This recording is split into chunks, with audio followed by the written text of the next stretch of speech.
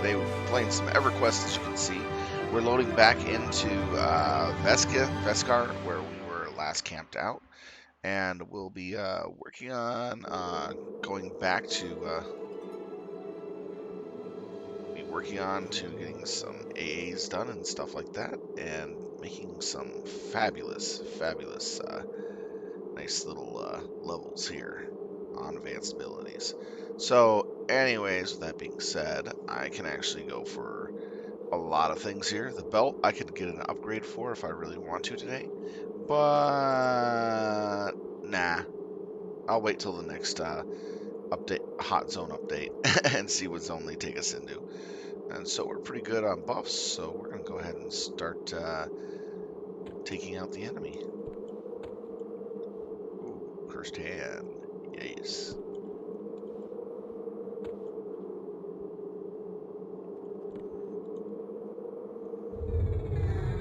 Yes, it's cursed hand.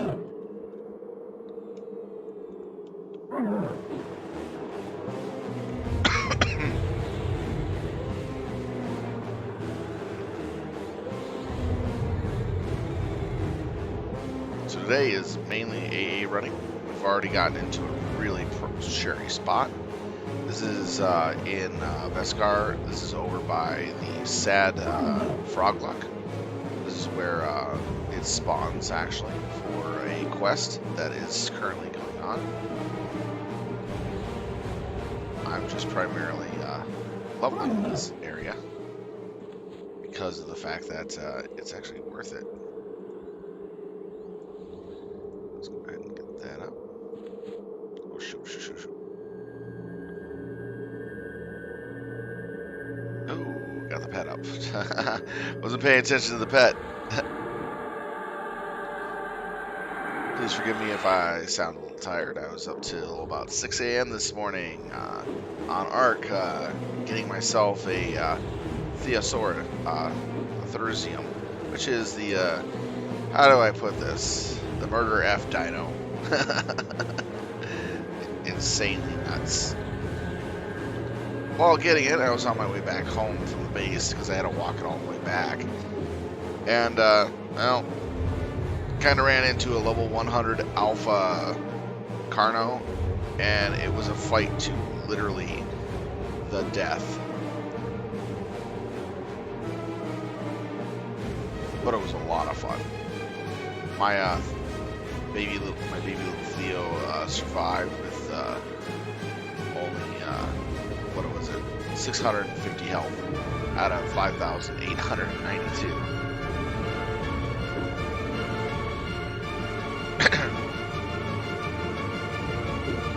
A very close fight.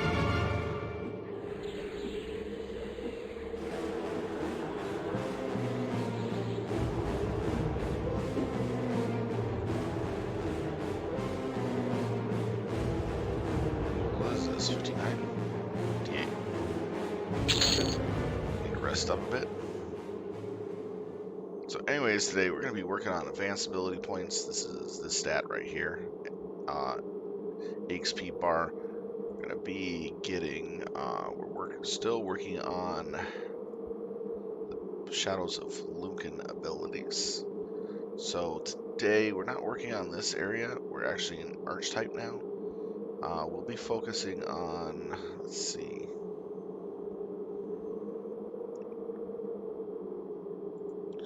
Finishing Blow, Healing Adept,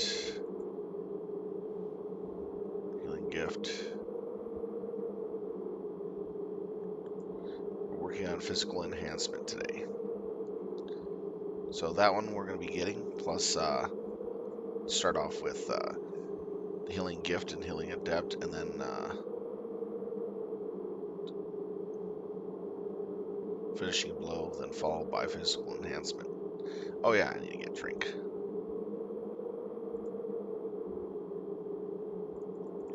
Can't properly meditate without drink.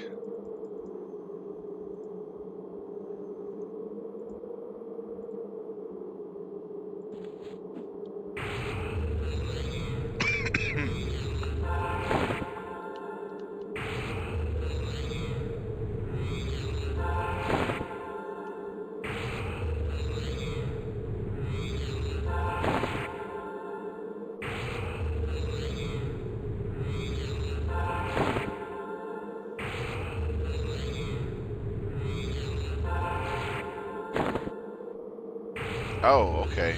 There's no extra experience here. The zone has changed for hot zone, so we do have to leave.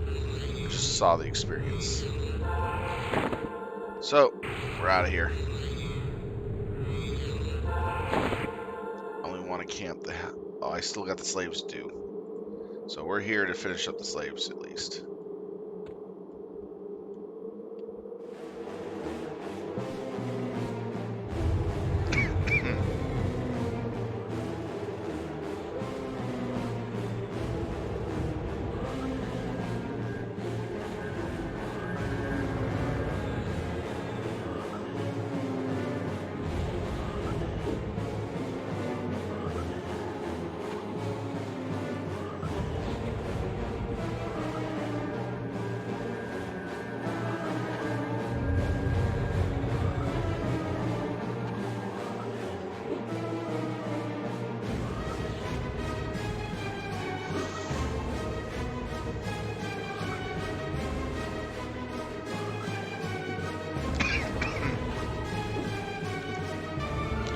Took a little too long getting back to this quest, so we're no longer in the hot zone. No bonus XP, but I still have this quest to finish for at least an item. So we'll get this quest done.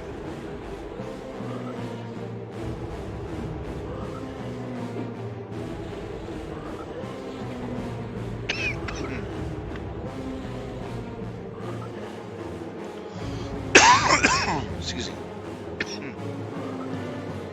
When I just wake up, I have a little fit rounds of coffee.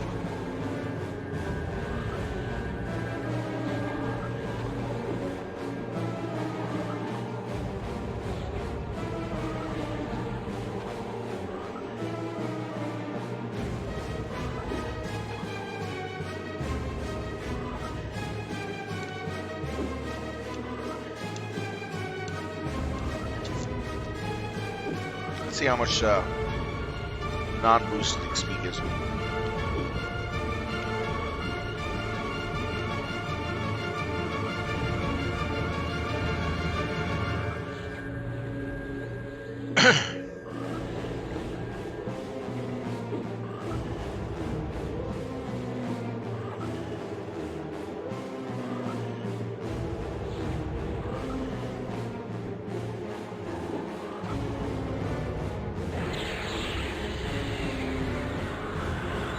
Only 2% off its health. Ow, that's sad.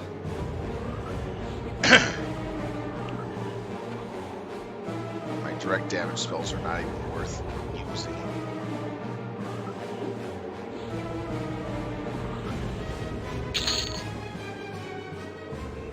Not bad, but I get a heck of a lot more with the boosted. So yeah, definitely I want to make sure that I get to a boosted zone. So 3 more of those stupid little slaves to kill. We'd be here for about another 30 minutes.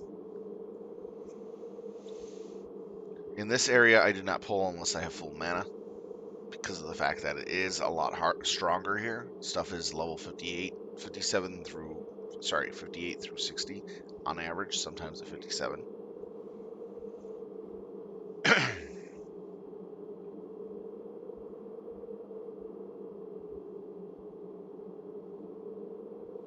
And pulling multiple mobs is not a thing here. You can usually get solos pretty easily, which makes this actually a pretty nice spot, regardless whether or not it's multiple XP or not.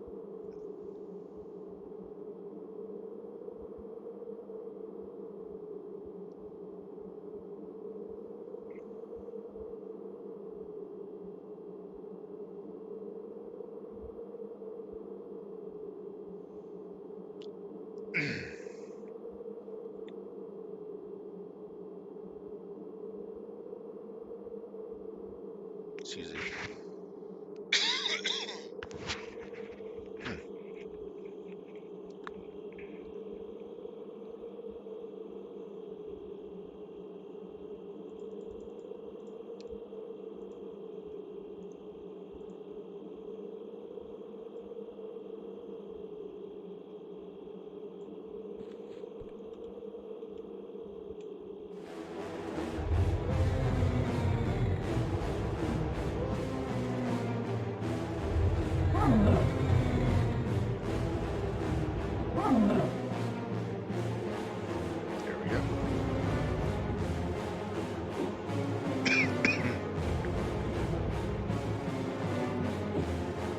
you have it surrounded like this, where you're on the back side and your water's on the front, or you're on the front and the water's on the back, you do so much more damage.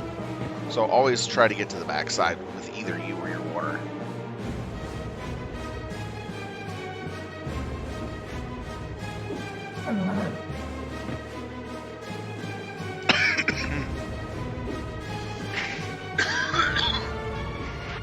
This coffee will probably stay for a minute or two. You're back again, Wartooth. What's up, man?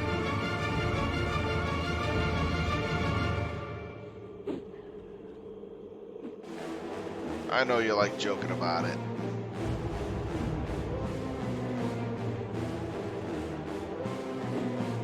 Oh, well, you're starting to wake up earlier.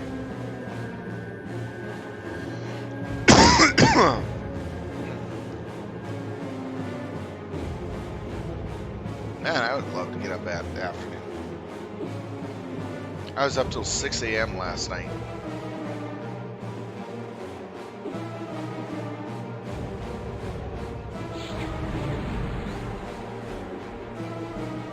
Yeah, I was taming a murder F beast on Ark.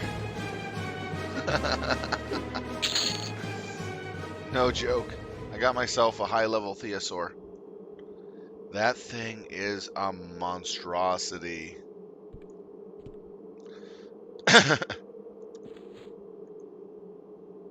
Weak-willed.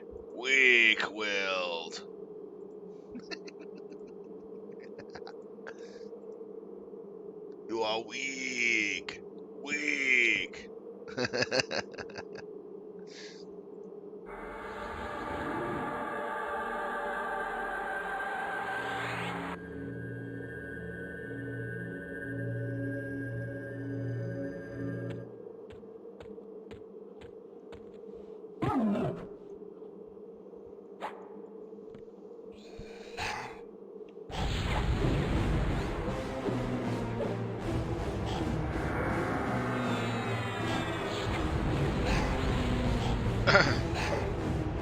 But honestly, in MWO, I think my gift box is getting much better.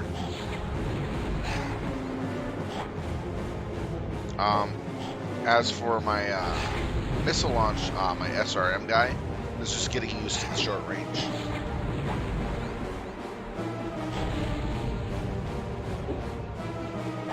Yeah.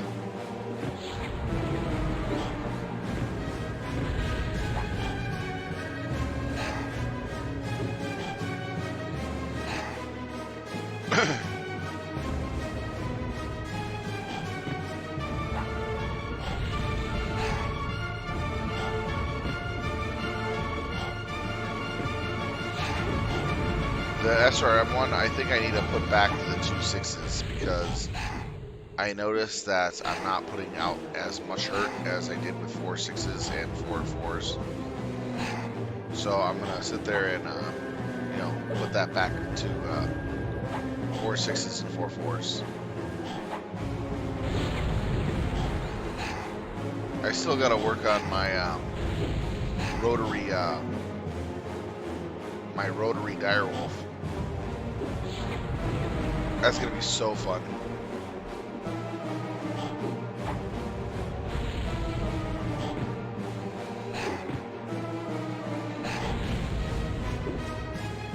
So slow, so fun.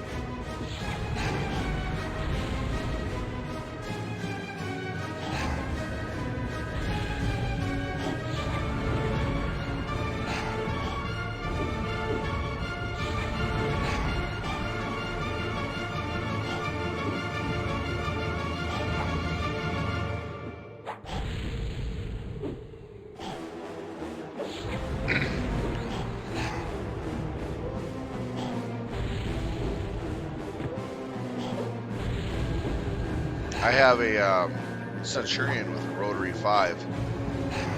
It's actually pretty fun to play.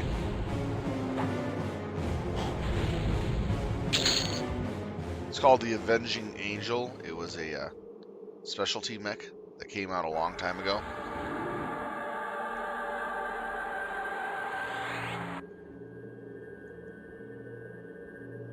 You started hearing.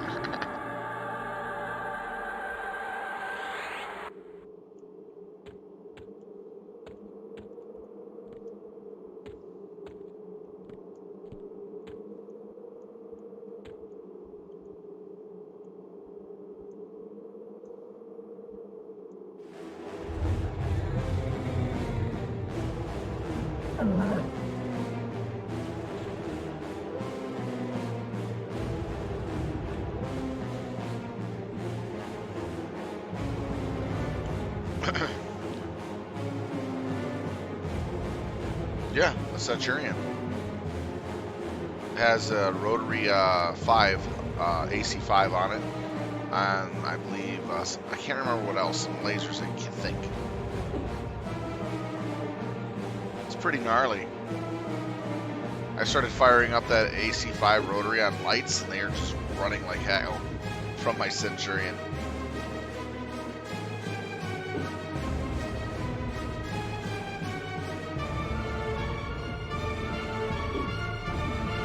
It's quite interesting that very few mechs can take rotaries.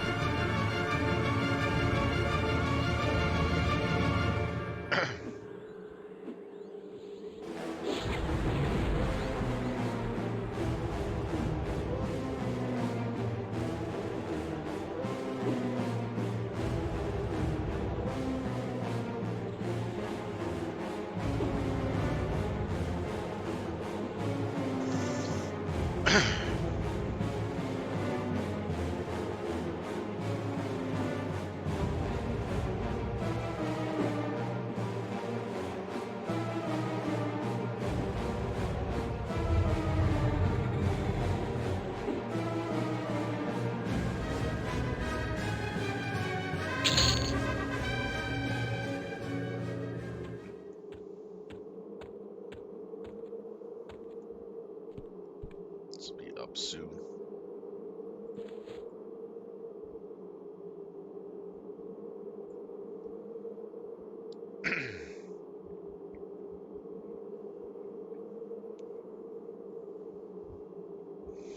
You want to know what they should do for a MechWarrior Online serial? Make Generos.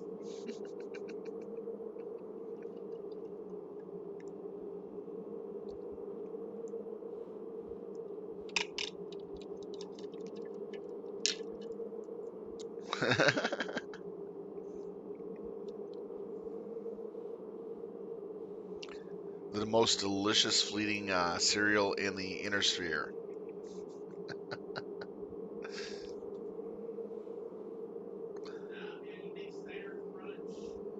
And then you could also make Steiner Crunch.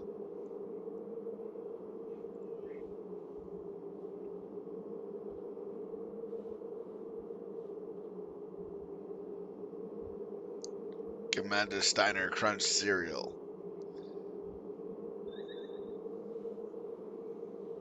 Let's see.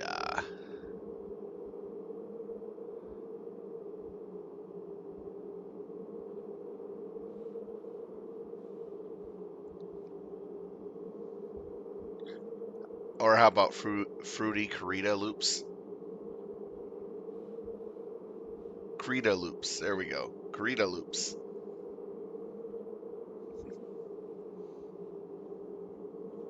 Shredded Leo. How about shredded Leo cereal? You're missing hard, bro. No. Oh God. Let's see. Golden Fed Rat.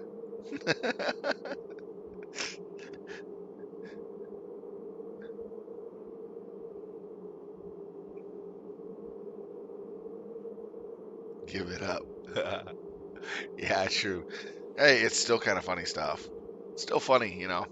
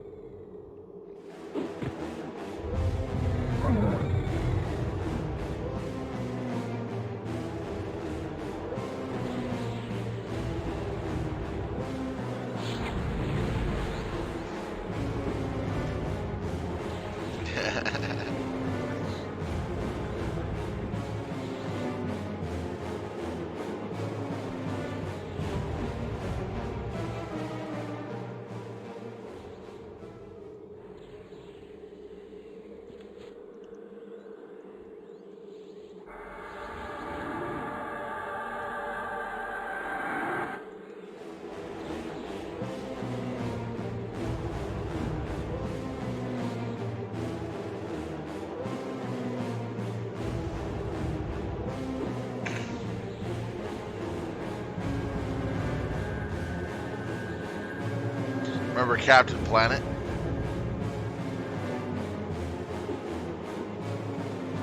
The TV series, animated. Well, Captain Kurita.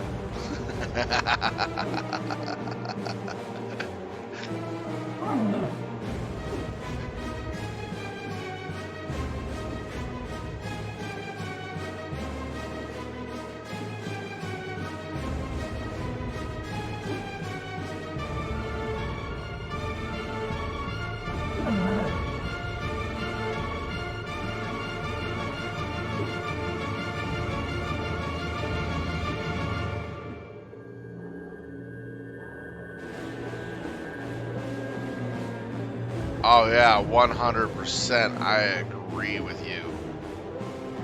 I like the Robot Chicken rendition of Captain Planet. That was great.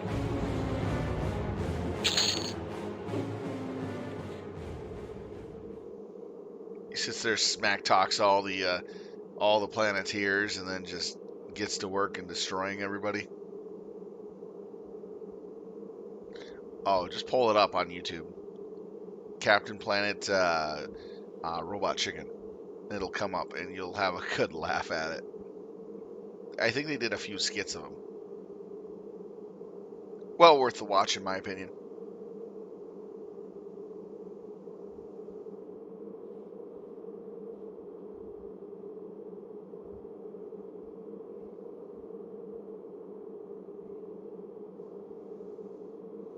Then Dave Chappelle,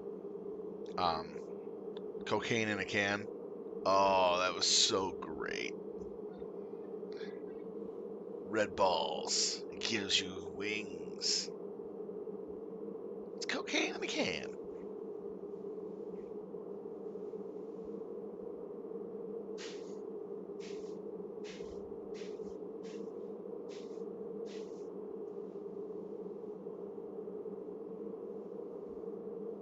Oh yeah, that one. And then yeah, he goes crazy at the airport, and then cocaine balloons pop out. I would have gotten away with it too. It was called the Breakfast Club. I would have gotten away with it too, but who knew that balloons would pop in the Abominable Snowman like that?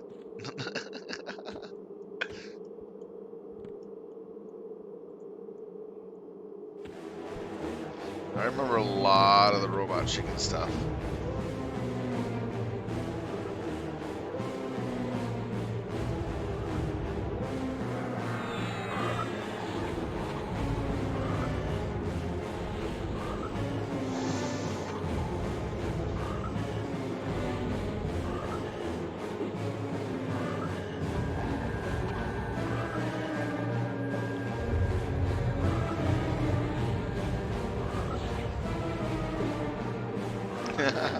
Well, yeah. Or how about Saving Private Ryan's version of Robot Chicken?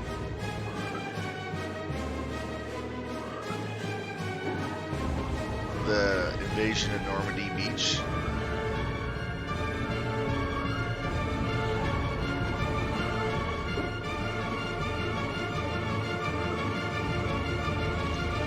The best part is where the nerd just goes Matrix mode to destroy the bunker,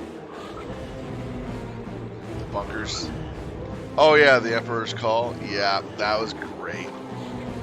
Ooh, he smells like burnt bacon-y. God. And they're laughing at him. At Darth Vader.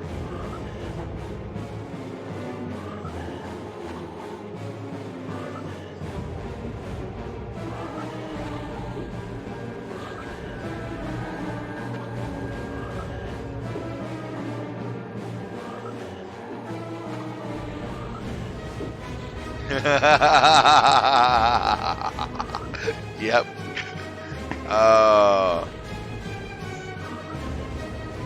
Didn't he make a Scooby-Doo reference line on that phone call too?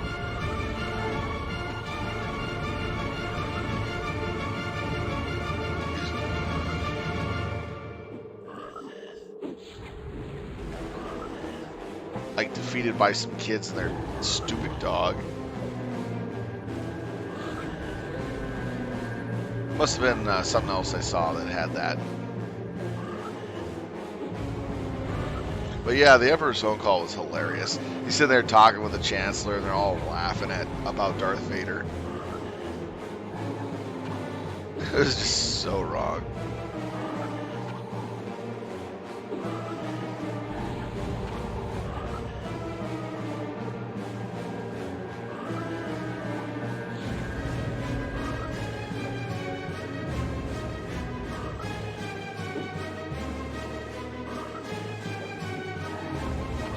Welcome, viewers.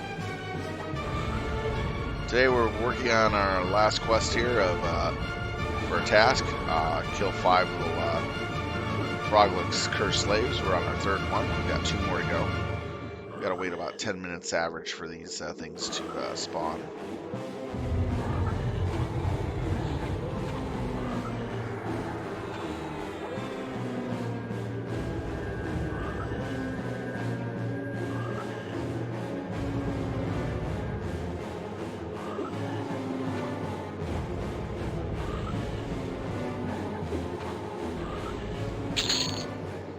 Alright. This is not the place for the bonus experience and stuff that we'd normally be getting. But right now, we're just finishing the quest here since we are already here.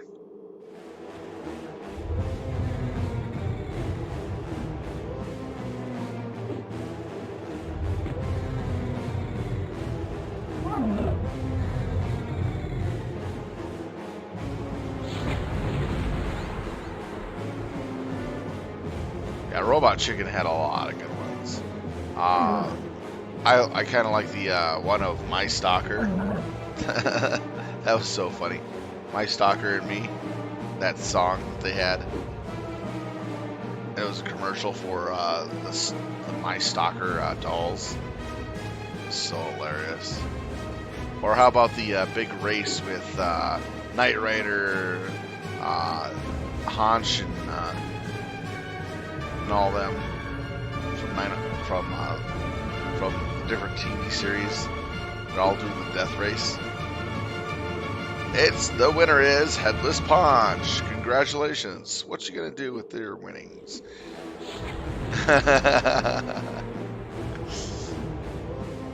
And then the Gummy Bear one from D-Day. And the separate one that they had, where the Gummy Bear walks into a trap and gets his foot taken off, and he starts screaming about his foot being taken off. And then he steps in another trap, another foot's taken off. Then he falls forward, and then his arm's taken off, falls forward, and his other arm comes down. And his other arm's taken off. And then finally he collapses head first.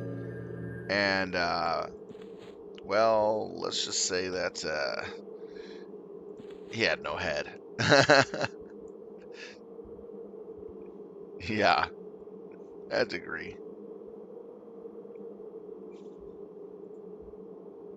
A round of applause. I've really gotta hand it to you.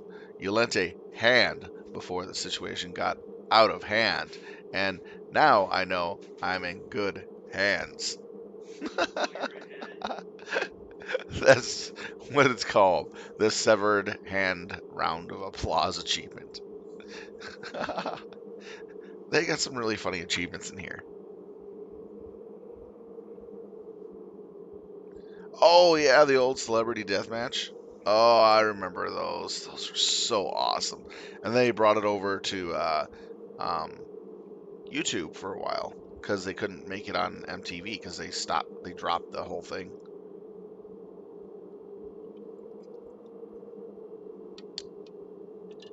Celebrity death matches were just awesome.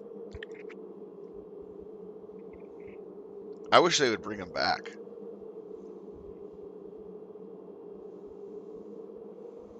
Oh, here. How about this idea? Celebrity death matches with fictional characters.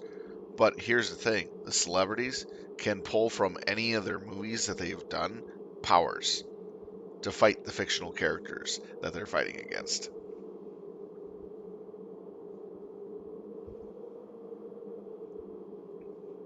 but they can only do it with one movie choice.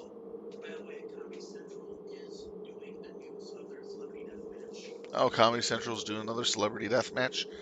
A new one? Nice.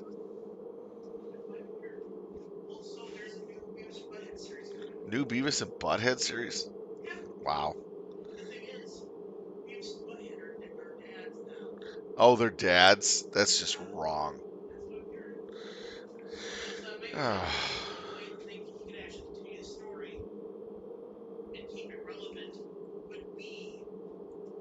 Making them adults. That's just so bad.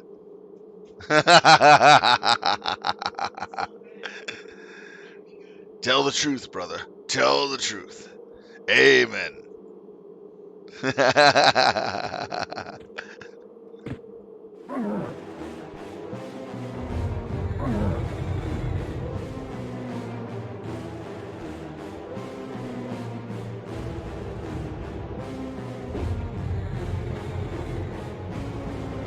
And then we can play the song, Papa Don't Preach. I'm in trouble now. Papa Don't Preach.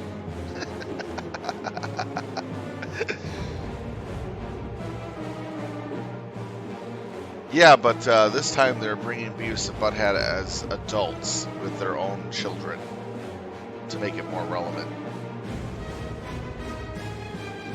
Now that's one effed up family, I can say right off the bat.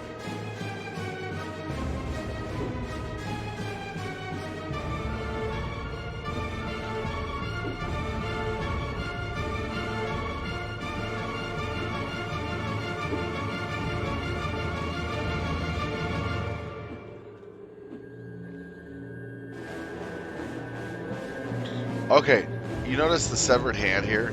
Why the heck do they have their middle finger out? They're just flipping off players.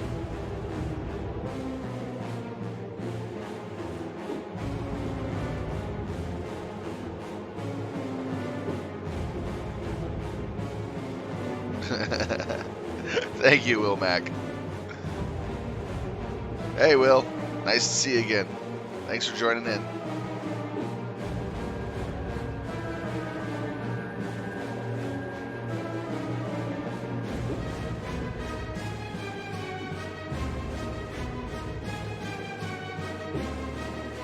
Oh, not too bad. Thank you very much. Doing very well. I'm finishing up the quest to kill the Frogluck slaves. It's no longer a hot zone, so I'm a little, like, sad.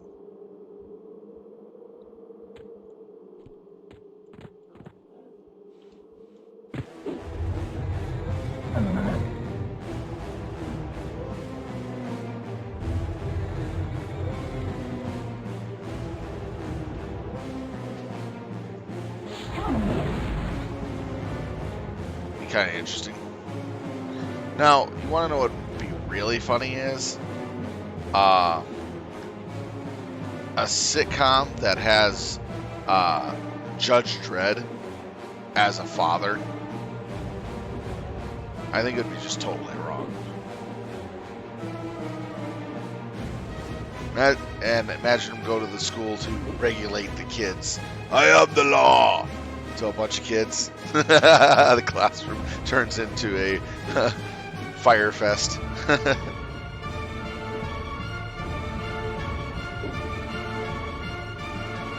Oh wow, there's no LFG on a Doom. Wow.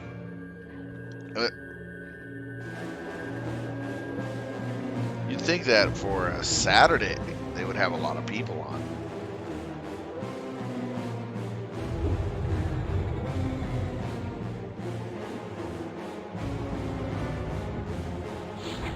What class are you?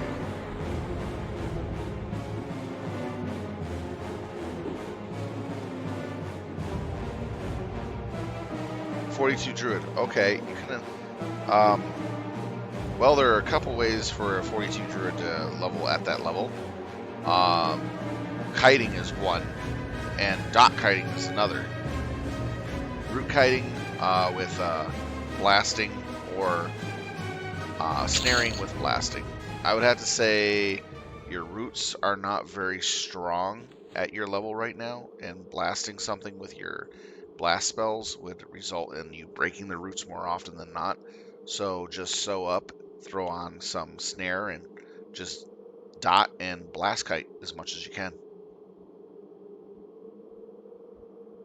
Just find a big open zone to run around in. That's how I leveled my druid back in the day. I think I was at 42. I think you could do the griffins at 42 from one of the Kuno zones where they have the big Nexus portal. It's slow, but at least it's something to do while you wait for a group.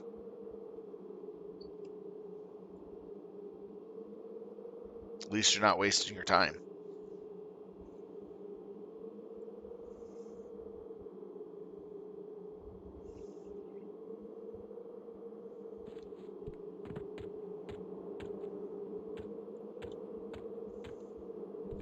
It's all about how efficiently you use your time, regardless of how quick or slow it may be.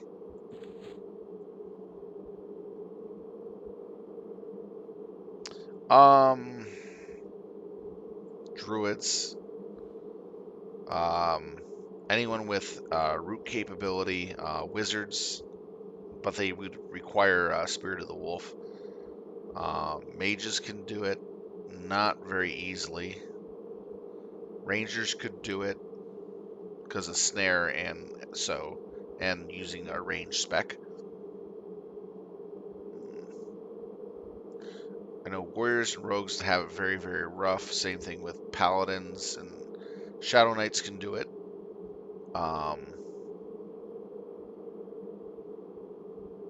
Necros can do it. So solo well. I would say the top three will be Beastlord, Necro, and Druid, followed by Ranger being a close fourth.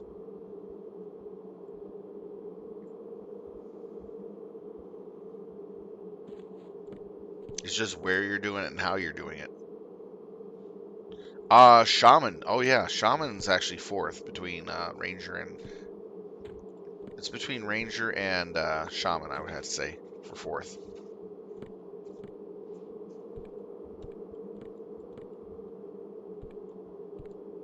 Come on, attack me. Standing right here. Oh my gosh.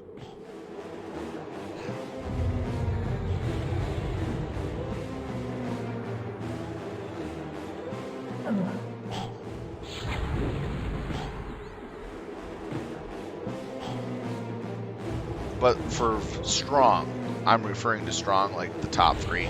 Definitely Beast, followed by Necro and Druid.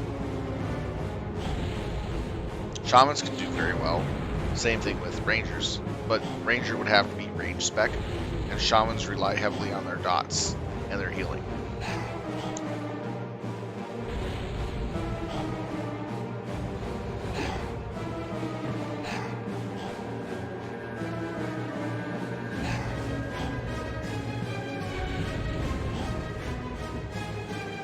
But it's been a long time, so things might have changed since the last I played.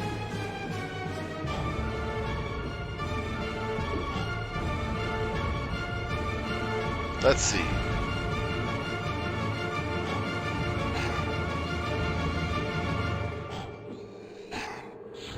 What other TV shows would be funny with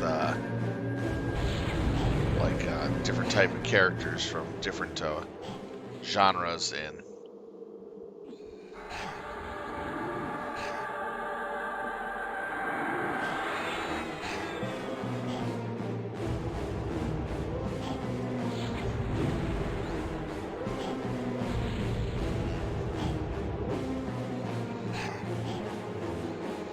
So instead of Rugrats, the Rugrat characters, we have Terminator babies. What do you think about that one?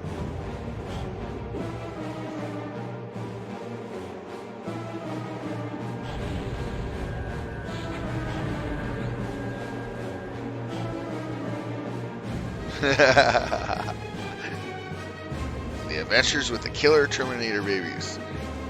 They're always trying to kill all the adults. Okay. How about from the movie Dumb and Dumber? The two main characters being used in the Pinky and Brain cartoon series.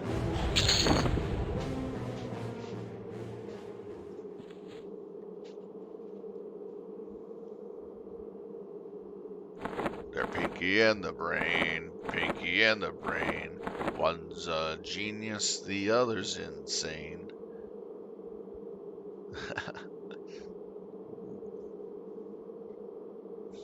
Piercing weapon. I could actually work on piercing if I want.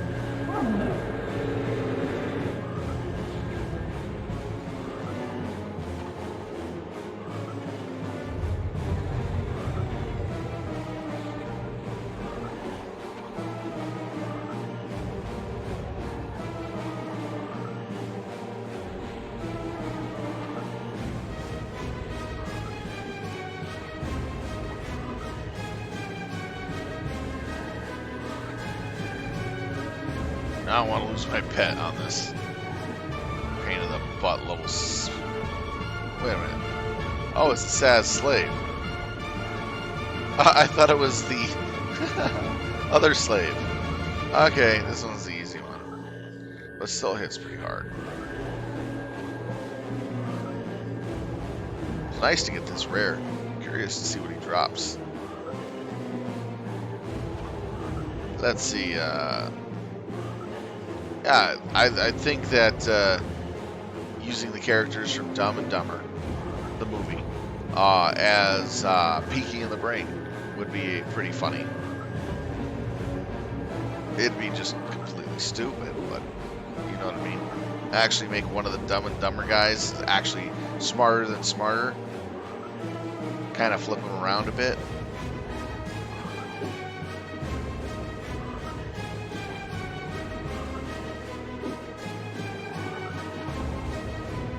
Let's see.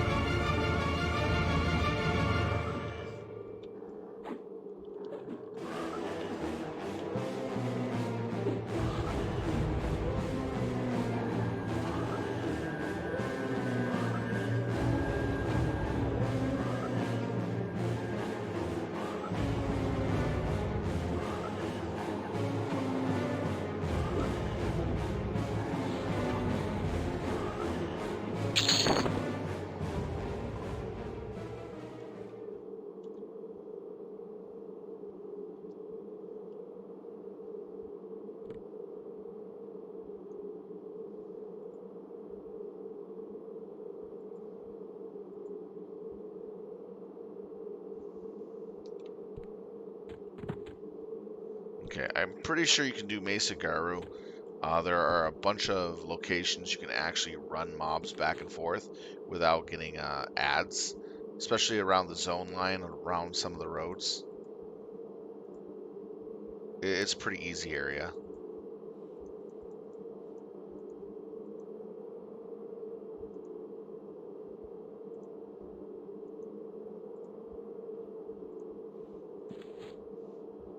And a lot of things are very easy to handle.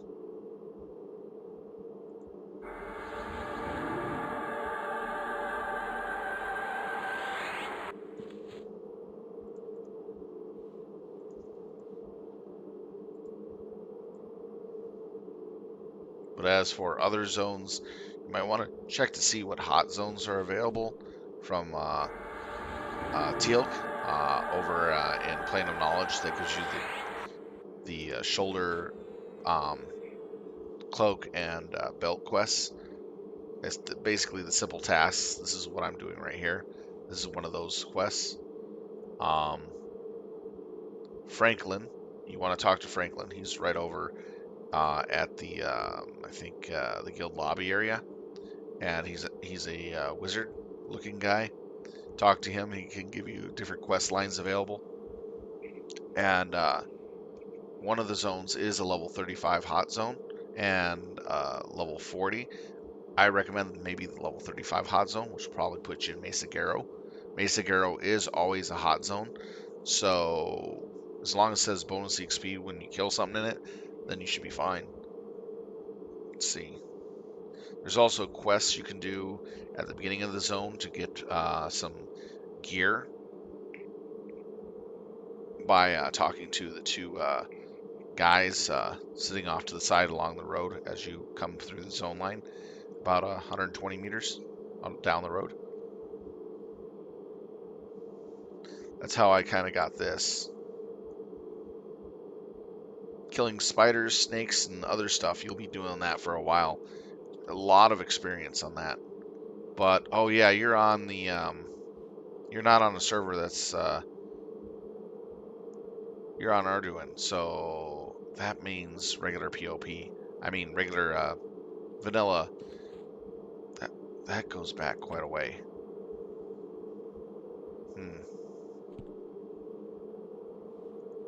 I think you can do griffins.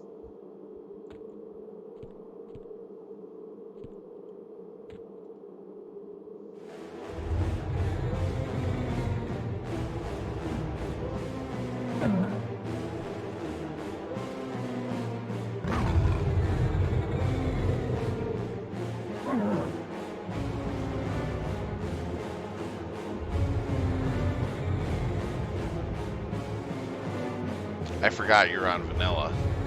Vanilla. 45 was 35 or 45. 35 was always rough.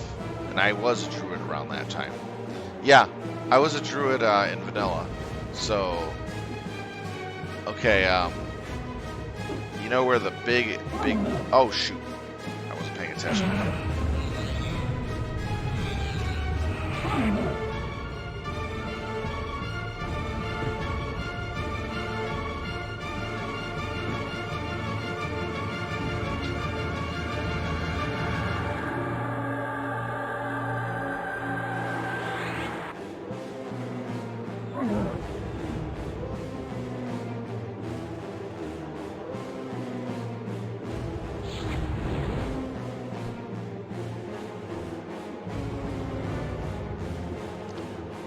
Okay.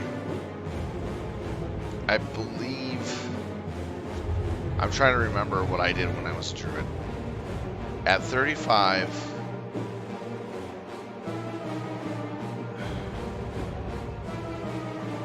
I believe I was in a zone that had griffins, and it was right next to High Pass Hold. So it was a zone right next to High Pass Hold.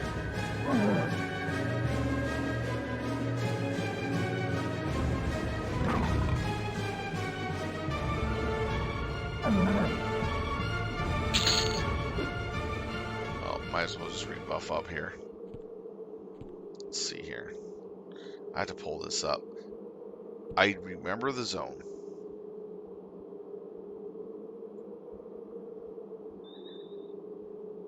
Yeah, I know what you mean. Doing vanilla EQ, it takes me back, and I do remember what I did when I was a druid on vanilla EQ. Let me see. Zone guide. Alice, where are we at? I believe it was. Where are you sitting at? Nope.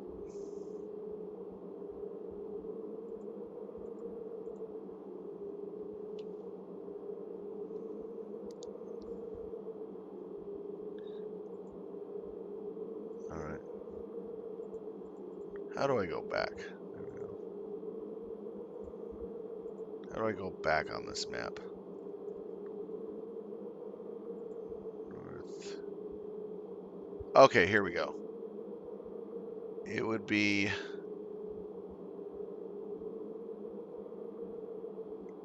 either north or east. Because it was a long ass run. I think it's north.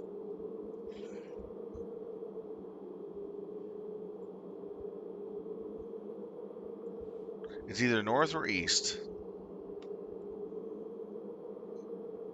But I believe there should be... But there are griffins on this map.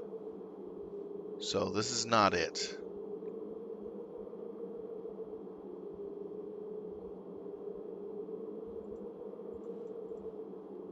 You're going to east. You're definitely going east.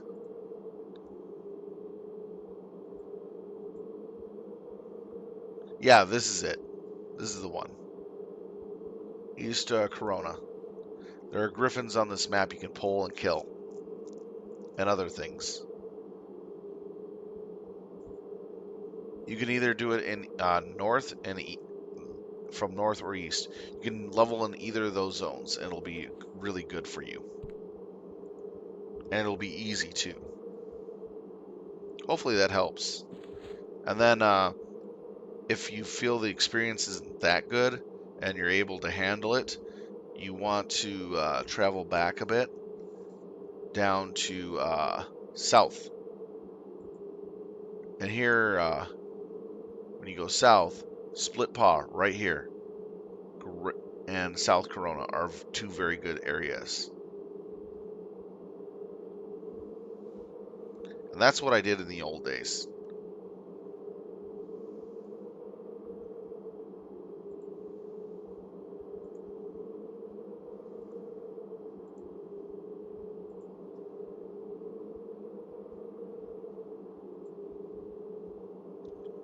It takes getting used to, honestly.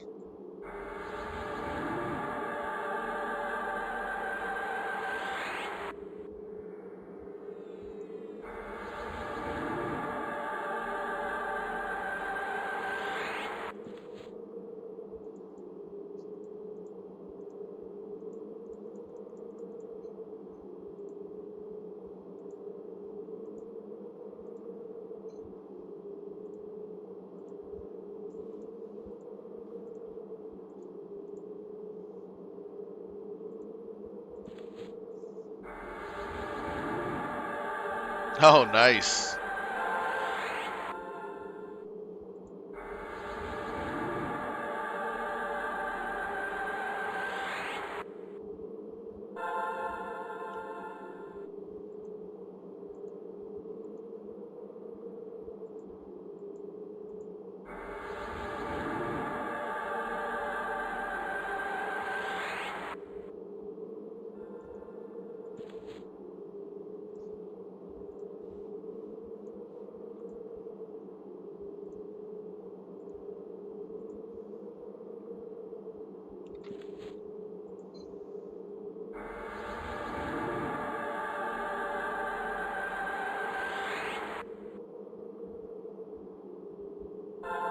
Well, that's not bad. Can't be raiding 24/7, you know what I mean? Not a lot of guilds can handle that. Not a lot of guilds are that big to be going, oh, we could raid every night of the week. Just pick your times and days you want to go.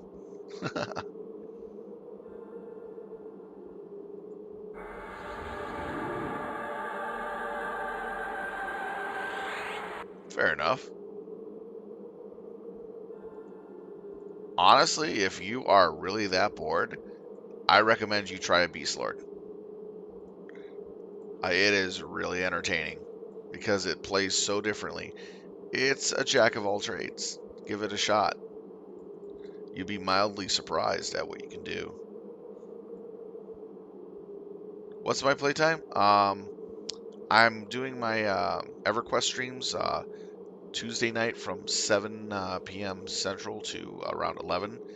And then on Saturday and Sunday in the mornings from 12 noon to about 3 or 4. That's when I play.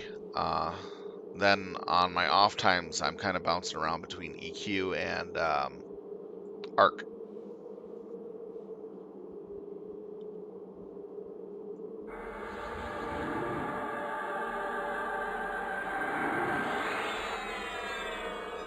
Uh, 1 month. Just took me a month to get to 61.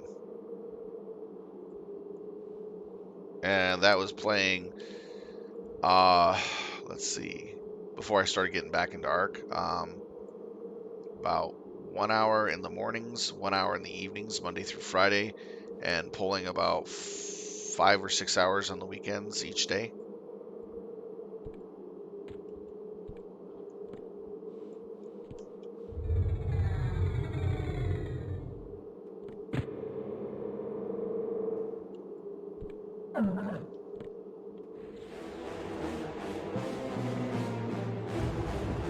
You could go a lot faster.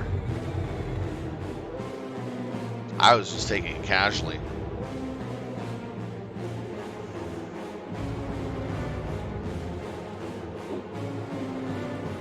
The thing with the Beastlord is as long as you have mana to heal your pet and keep yourself buffed,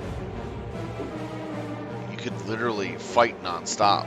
You get yourself high level clarity and you have spiritual purity, you can do things non-stop within your level strength. And you can sit there and just go ham on a lot of things. The trick of it is making sure that your Beastlord character is always having its combat stats maxed out for every level. Meaning you gotta take your lumps, so to speak. Because between level 46 to 70, our warders are kind of weak. And then when we start getting our, thigh high, hip high warders, that's when they start becoming insanely nuts. I think that's like late 60s.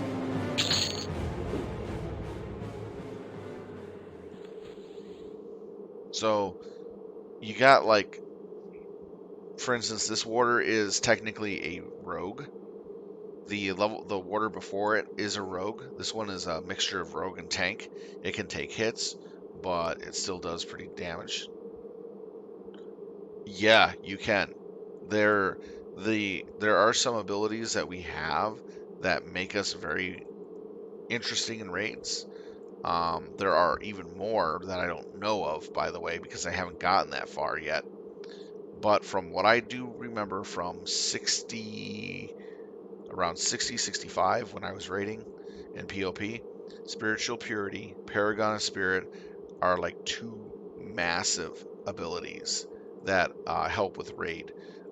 Paragon Spirit allowing to give a buff and mana and health regen all at the same time. Yeah, it's really dirty. And the Paragon of Spirit, when it's amped up, that's like massive amount of health plus mana back.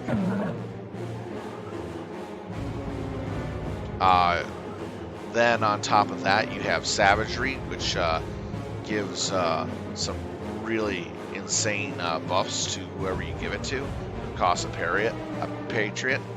So attack, strength, dex, attack power, and speed. It's just like a mega massive buff for 11 minutes.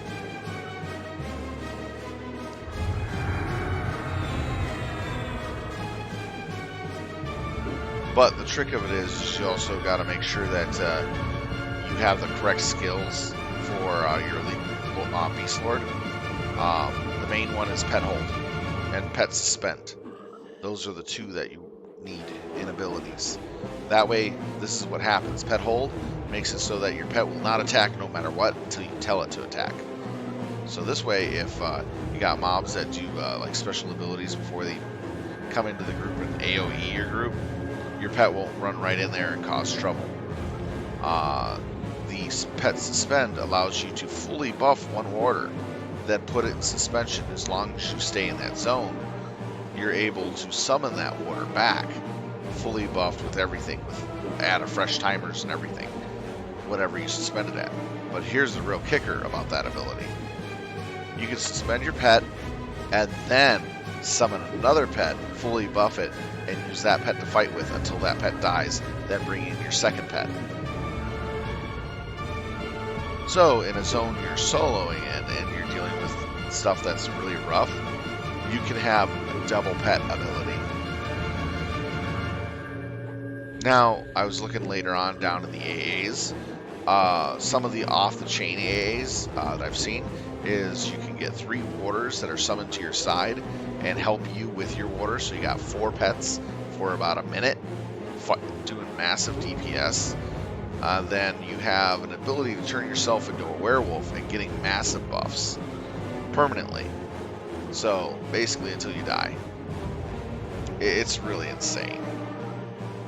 I'll show you the AA of the werewolf. I'm like, even I'm tempted to go, you know, stop focusing on AAs and just go for that. Because it's just such a badass ability. It's in class.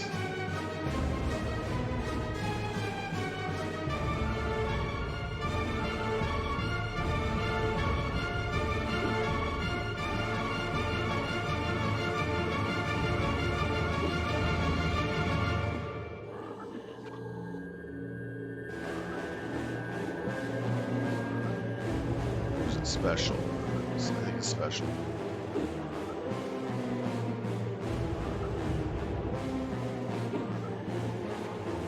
It's gonna take me a minute to find it. Nice, here we go. We already got that. Now we need to cloak it. I gotta see which one I have.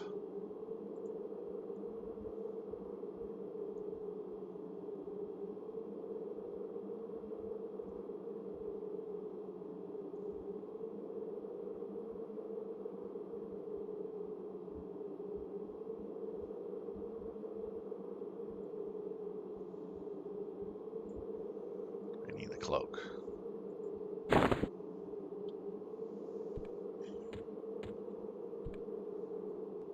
Oh, Beast and Druid? Holy cow. Actually, Druid really amps the Beast up.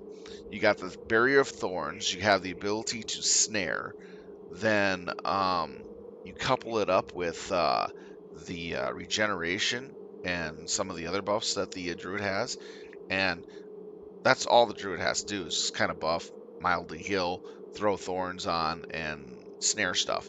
And the Beast and Warder can just take care of everything. It's just really insane.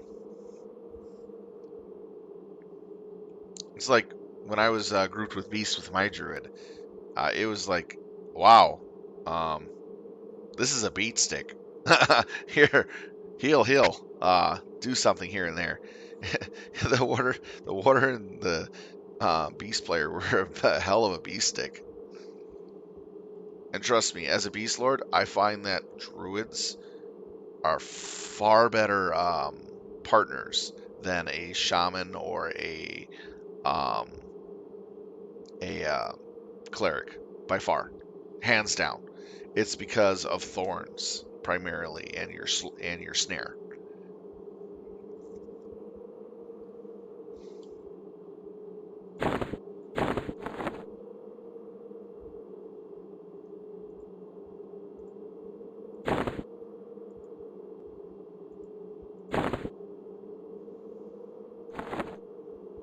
Alright, let's go check out what the new hot zone is. And how many AAs do I have? Oh yeah, I gotta find that AA we were talking about. Wow, I didn't realize it gained 4 points already. Where is it?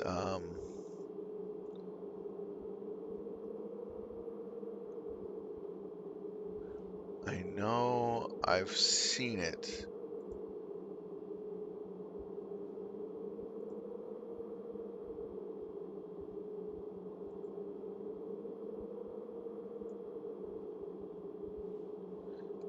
I'm trying to find it.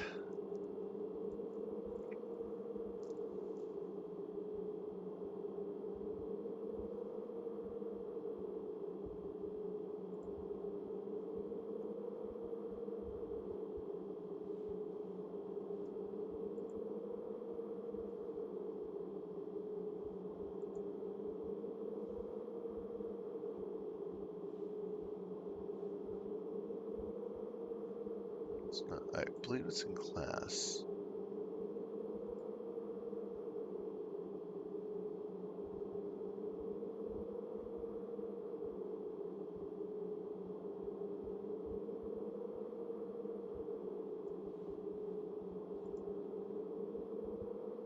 There it is. This is the one. Pact of the Wyron 1. When activated, triggers Pact of the Wyron form, permanently transforming you into a white werewolf, increasing your accuracy by 10%, movement speed by 56%, mana and maximum mana by 400 points, and maximum health by 400 points, and mana regeneration by 5. This is just brutal. This is, you can get this at what level? Level 76. That's just insane.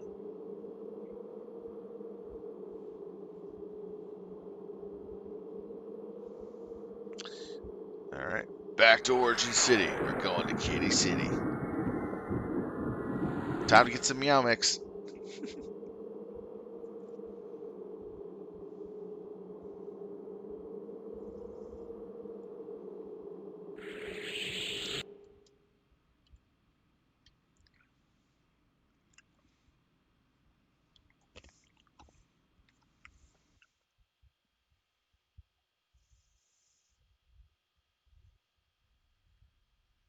Can you level past 75? If your AAs are up to strength, you got good gear, you can solo anywhere as a Beastlord. Doesn't matter. Beastlords can do things that other classes cannot do easily.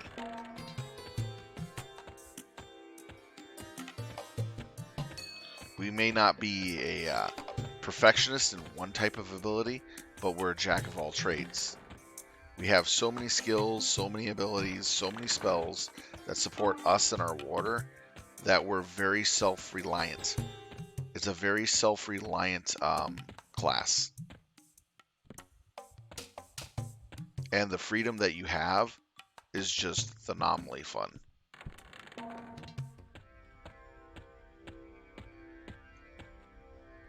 That's why I like the Beastlord. You just got freedom. You can pick and choose your fights, and you can go where you want. You don't have to conform to, oh, I need a group. I can't do anything without a group. No, Beastlord says, group? What's that? I really don't care. I'm just going to go do my thing and kick some ass if I want to. Or I just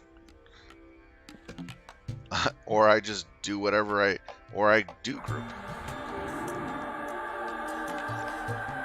Necros are cute, but they're I had to say you're very reliant on your ability to fear stuff and reverse kite. That's your strengths. Reverse kite and dotting with burning. And you gotta really know what to do, where to do it, and in addition know your distances to make sure that you don't get your butt kicked in, so to speak.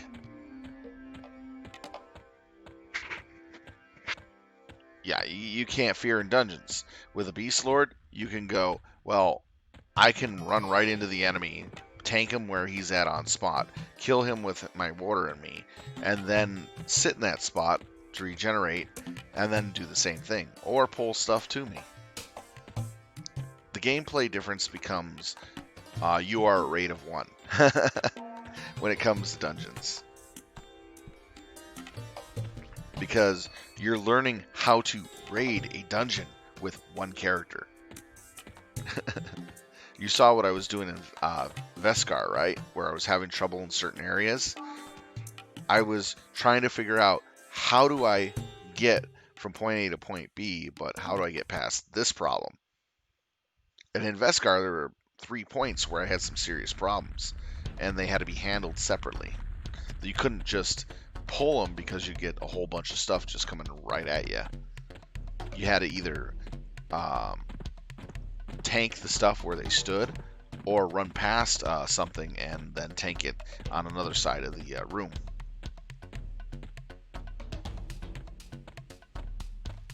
So you actually have to think about how you engage stuff sometimes. And most of the time you just going, okay, whatever, beat it down. And plus, the zones here in Lucan are really nice. Oh, there's the Earth. I was wondering when they would put it up in the sky.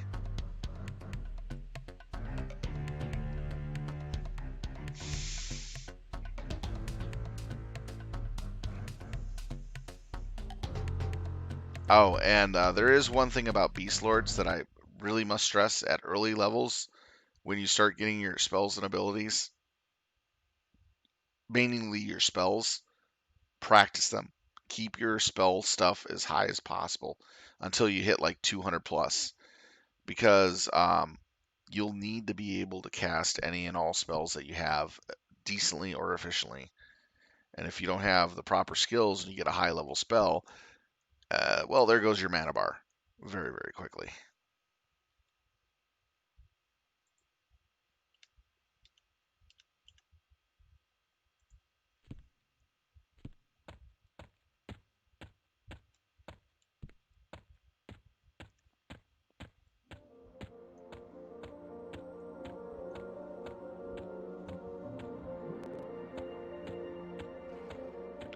Because as a Beastlord, your spellcasting ability is as important as your combat abilities.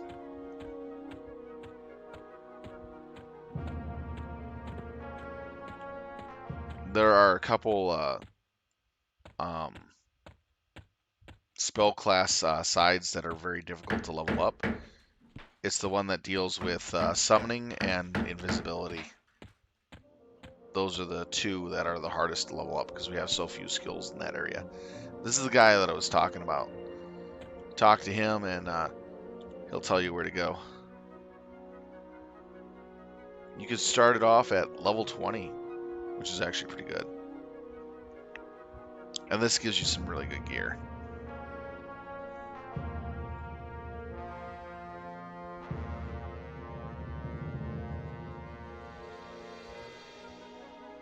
Oh, we're still going to Veskar. Nice. I thought it was done.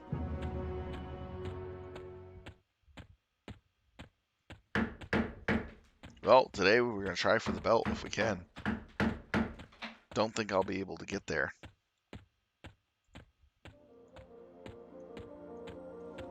Now I'm going to be making my Veskar run again, so you're going to get to see what I'm talking about. So that spot that I was sitting in earlier, when I finished up the killing the frog looks there, the run that I'm about to do is a real pain in the butt.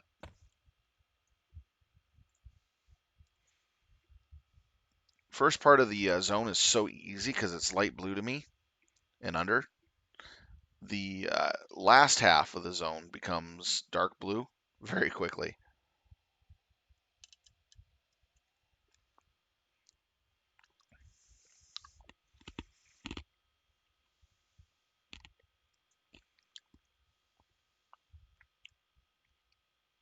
Oh yeah, Dreadlands, so fun.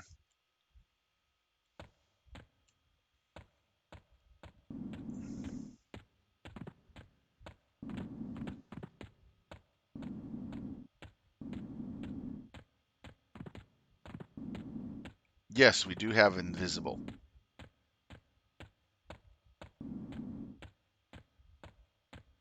We do have the ability to cast invisibility. And here's the nice thing about this is that our pets will not aggro any mobs that they pass by or pat by, as long as the pet is not attacking. So, if your pet does not attack anything, or is given the command to attack while you're invisible, the pet will be completely ignored by all mobs. It's just when you tell it to attack or it goes to attack that it becomes a target to all mobs that it may pass by. That's why pet hold is so important.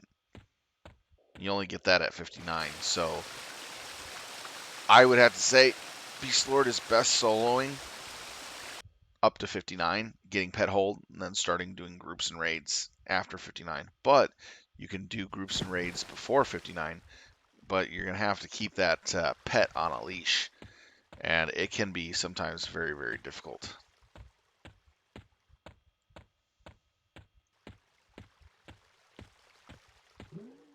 Many times I was in Blackborough and my pet would just run right off somewhere, getting aggroed by something, and then bring back a train. Yeah, a lot of fun. Those were the days. And sometimes I'd intentionally do it just to piss people off, because there were some people at Zone Line that were kind of taking my camping area at the time. So I'd send my pet down to the lowest depths where all the high level knolls are, and then train 70, 80 knolls to the top of the area. Yeah, it's the old Blackborough zone. That was the best zone in my opinion. Old Blackborough. I saw the remake of the new Blackborough. I was so sad and so mad at how they changed it. It was terrible. It was the ugliest redesign of a zone I've ever seen. And on top of that, they made it like, how do you put it? You're basically a horse with blinders on. And it's like, dude, that zone was notorious for trains, notorious for a lot of other things. And what do you guys do? You made it into a crappy zone that feels like you're a horse with blinders on. Blackborough was like a feared zone for good reason for low-level characters, and that's what it made it so fun being in there. Mm. You can tell I like the old zone so much better.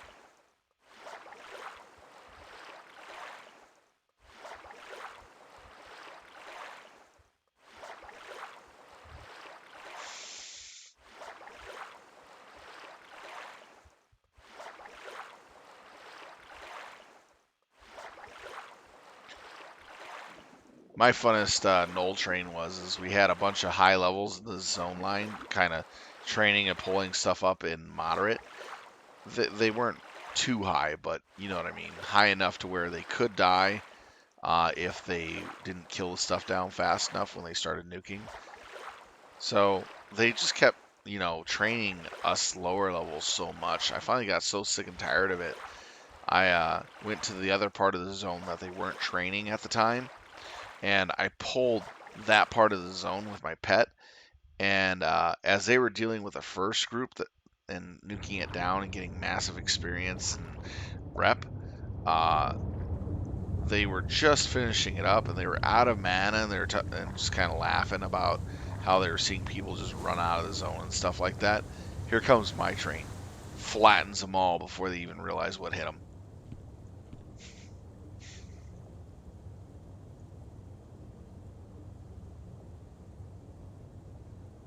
All right, let's see here. We're going to sneak past a lot of these.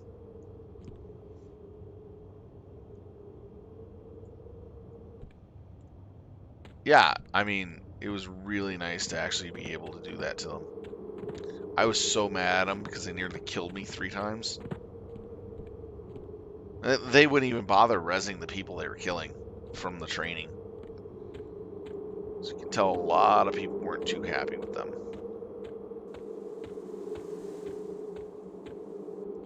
See, as you can see, the water will watch. The water's going to path all the way around here. See? Right past mobs. They don't care. So that was a nice change that they did a while back ago.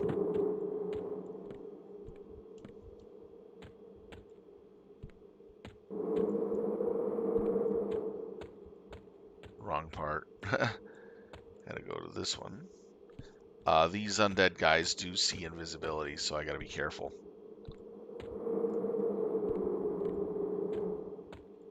Alright, now I need to put up my thing. So this is the game plan, guys. We need to go see the sad slave over here. He's such a sad slave, he just needs our pity. So we're going to put him to death. So here's the pathing. I'm going to be starting from over here. We're going to be running all the way down through here, through Undead Central.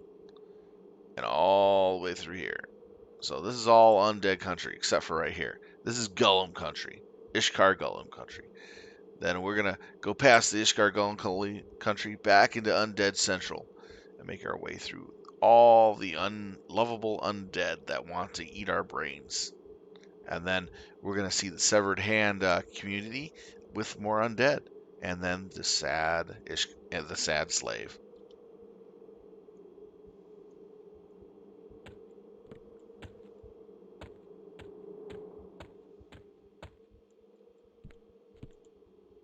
Oh, shoot. I have 3 here.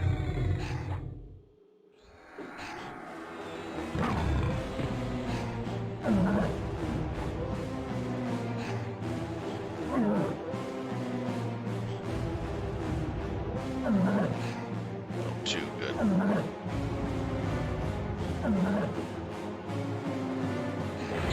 These ones I don't care too much about.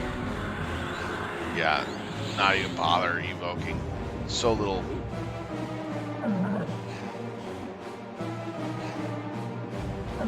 Won't need the invisibility here.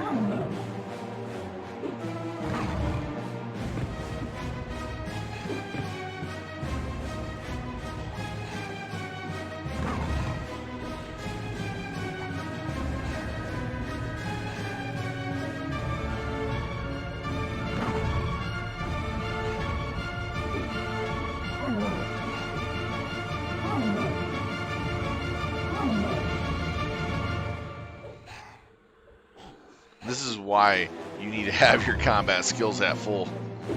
Because there will be times where you're going to have to tank one while the water tanks one.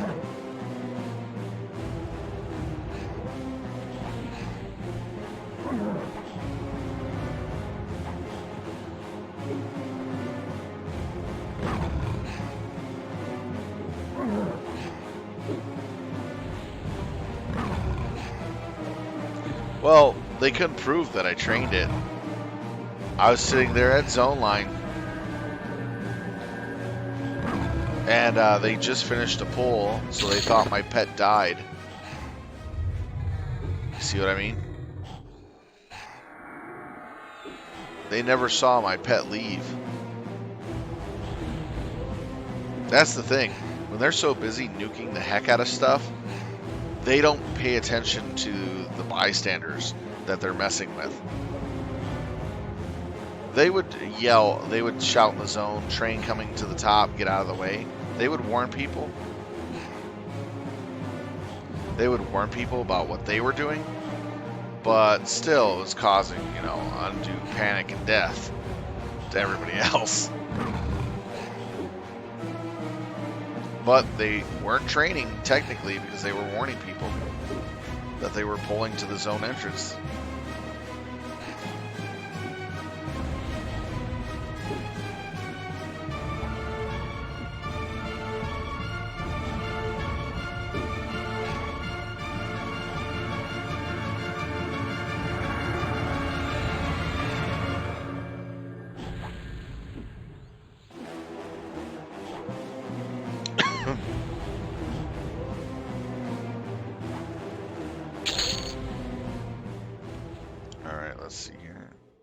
definitely need to get this up.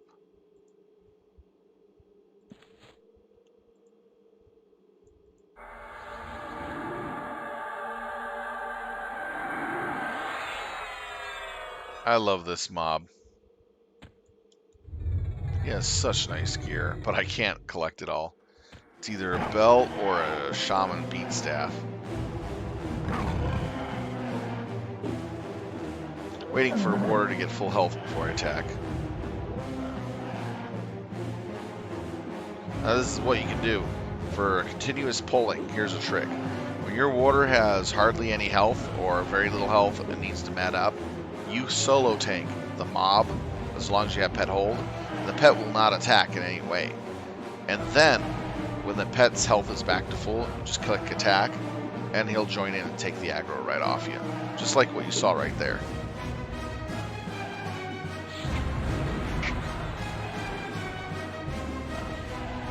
It's a great trick to continuously pull while keeping your mana up high. Because right now I'm only working off of spiritual purity to keep my mana up. So if I had like Enchanter Crack, then I would be able to do a lot more.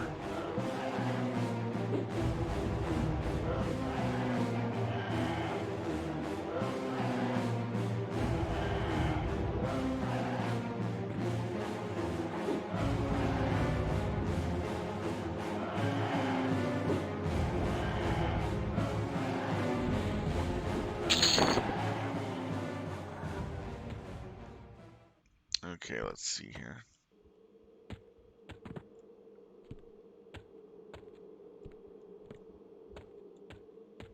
Bypass them.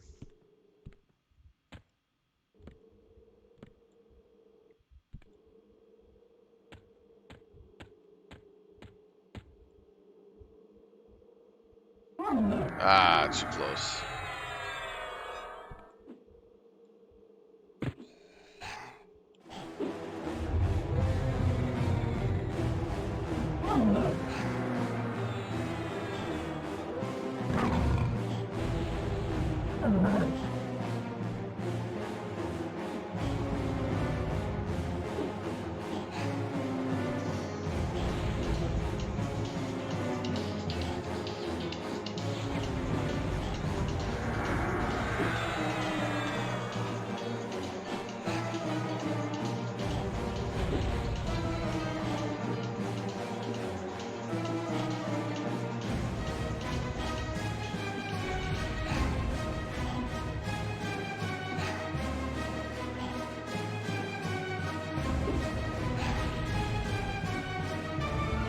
I'm just glad that they have an awoken sleeper on this server.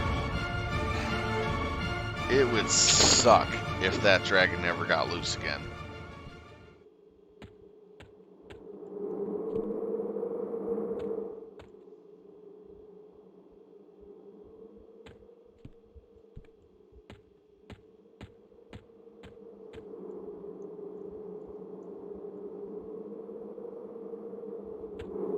Oh, it would terrorize the entire server.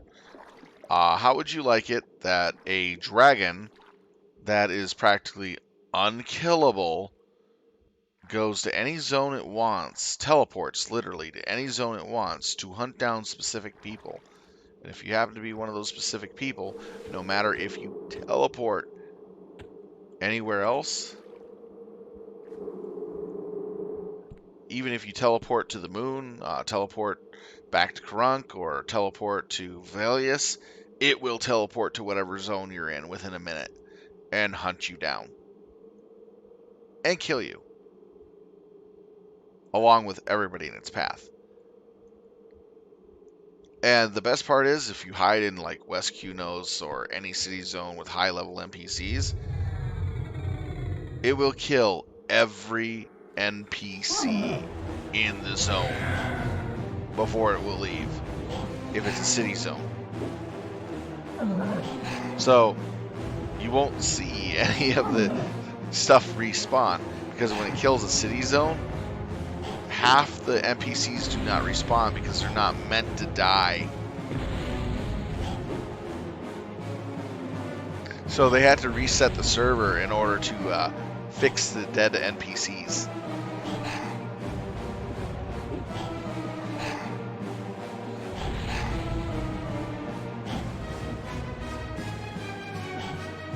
I actually got chased by Sleeper once. It was not fun. You don't even have enough time to log off. That's how quick that dragon comes for you. It's just, you just die. You just die. That's all you can do. It is the most broken thing I've ever seen.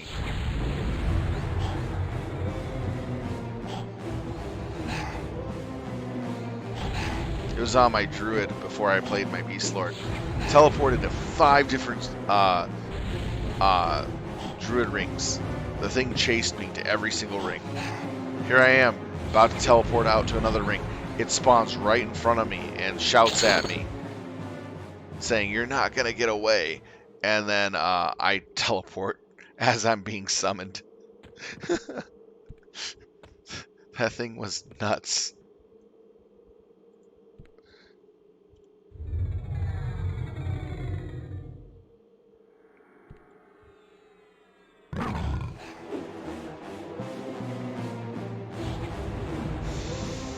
But the only way I heard you could defeat Sleeper is using a glitch. But that glitch probably was fixed after that one large guild did it.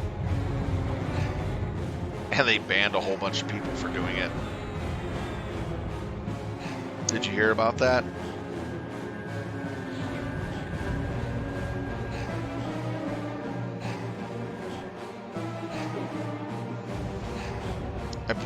The story goes, of 3 large guilds, I think, banded together to kill Sleeper. Yeah. And a quarter of the people who was in that raid got permabanned from EQ for exploiting a exploit that the developers did not see when fighting Sleeper. Sleeper was meant to be Sony's pride and joy of an unkillable dragon, but they found a way to do it. And the way that they did it was they the water that's around Sleeper that does ice cold damage to you if you're in it was sustainable damage that they could heal with no problems. So they hid in the water, and so when Sleeper went to do his AoE attacks, it would not penetrate the water. It would just stop at surface level. So they coded Sleeper's attacks just to hit at surface level. And that was a game developer flaw. So they had game developer flaw for their biggest, baddest dragon they possibly had. Which is hilarious.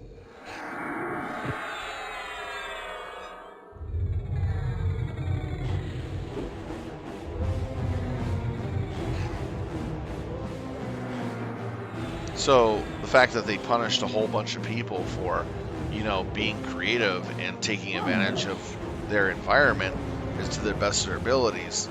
Instead of warning them, they just banned a whole bunch of people. It caused a massive backlash in the game for months. And that was poor decision making from Sony Entertainment at the time. Very terrible. Very, very terrible decision-making process. Kind of like what they did with Star Wars Galaxies. No, they did not have to suspend them. The thing of it is I have been a GM in a lot of games. I've been a GM in a few games. Wasn't paid to do it. I did it for free, and I love those games. When I dealt with people who found like bugs and glitches, and they use it to their advantage, but was not known to be a bug or glitch currently because nobody reported in on it or really used it. It was just common sense just to say, hey, look, you are aware of it, don't do it again. If I catch you doing it again, I will ban you. Because you got to play fair. We'll give you kudos for finding this and helping us find a exploit or bug, and we appreciate that you brought it to our attention. That's how I handled it. And then I would report it, let them know, tell them I warned them not to do it again, and the players never did it again. You know what I mean? You didn't even have to suspend them. It to me, finding those bugs and glitches is more of a thing to help the developers and stuff like that. It's better. It's better to handle it as, hey, thank you for helping us find something we did not see or intend to do, versus having to ban people or to, you know, mess with their accounts. You want your player base. You want your people to be playing. You want them to be giving you money for your game, not by stripping them of their gameplay and saying, well, here's a backhanded backslap to your face. Thank you for finding a bug. We're just going to take away your privileges for exploiting. It's like, dude, they're not intentionally exploiting to get anything out of it. They're just doing it to see if they can kill the boss. They found an exploit that could kill it, and congratulations. But I see no reason to ban. It's more of thank you for letting us know about this and the time that you put into doing this. And then we fix the NPC. But because of Sony and how prideful they were about this dragon, they flipped dicks. I'm not talking about flipping normal dicks. I'm talking about flipping the biggest dick they could possibly pull.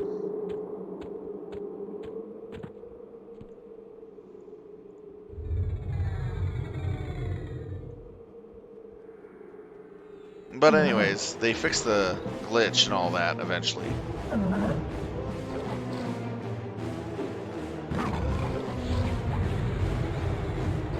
Now, as I was saying about Star Wars Galaxies, another massive bad decision-making policy with Star Wars Galaxies is this. They're called the Combat Update ELUs. The first Combat Update ELU would address a lot of bugs and problems with the game, which was very, very welcomed by the community of Star Wars Galaxies, and people liked it. They did some changes that some of the players didn't like here and there to crafting, but it was, needed to be done. People agreed. The second ELU was a bigger change. We started messing with classes, doing a lot of changes that really, how do you put it, altered the game in such a way that it was kind of disruptive in general. And that it wasn't highly liked by a lot of people, so there were people who would protest against the changes. Sony didn't like the protesting in game, and so they started, giving warnings out saying, hey, don't do protest in game, you're just logging, you're messing with our servers, and you're causing too much havoc for us to find the bugs and problems that are happening in the game that we need to be looking for, so forth, so on. Reasonable, you know what I mean? But when they came out with their third ELU update, this is the biggest and most disgusting thing I've ever seen a company do. Before the ELU came out, they threatened the community. If you are to protest in any way or fashion or gather in mass to disagree with the changes that we're about to do, we'll ban you. This was 2 days before they released the update. Flat out bans for people who would protest or gather to protest. And it'll be determined by your role in all this. So when the ELU came out, over 90% of the player base was in an uproar over the changes when they saw what happened. And even I was like, what the heck have you done? They were taking Star Wars Galaxies and trying to turn it into a, how do you put it, into the garbage that they have now. That was the first step of bringing it to the garbage that they have now. If you were to go play it right now, it is way terrible. The original Star Wars Galaxies that they launched with was really good, but they broke up classes, they nerfed classes hard, they changed a lot of crafting, a lot of class abilities. They made a mockery of the game system. It just doesn't stop there. It was so bad. The ELU was so bad that over 90% of their customer base was in an uproar and protesting. They literally banned, get this, on the first day of those protests, they banned 35% of their customer base. The next 2 days after, they banned another 35%. So by the time the bans were all done and everything, over 65%, around 65% of the player base was banned for 1 to 2 days from gameplay or more.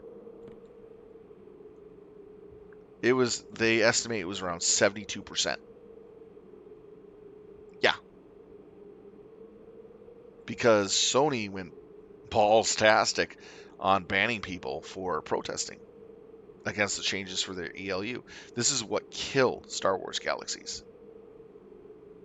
George Lucas got so upset after he actually made an account, played the game, and just was furious what Sony was doing to his intellectual project, that he had his lawyers take on Sony for taking back the rights for the game. It was that bad. Because people were telling George Lucas, you need to play this game. They're making a mockery of your intellectual property. And Sony was doing a hell of a job at, insulting the Star Wars Galaxy universe, so to speak.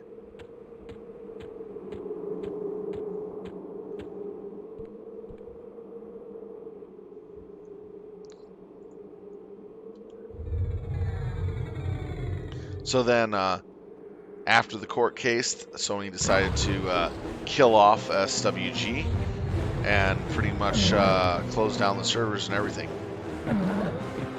It was a mess. I think George Lucas did get most of the rights back, but allowed them to still work on it under special conditions. And so they rebuilt the whole thing from ground up, basically, and made it into a much uglier game than I've ever seen. I was pretty sad when I saw what changes they did. It was not the SWG I remember when I played when it first launched.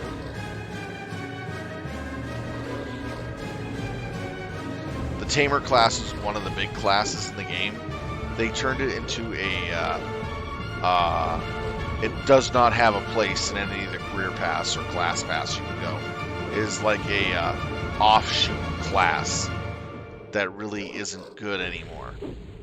Because as a tamer class, you could tame Rancors in the original SWG, and these things were just nuts. Well, guess what? In the new SWG that they allow you to play, you can barely tame half the stuff you used to.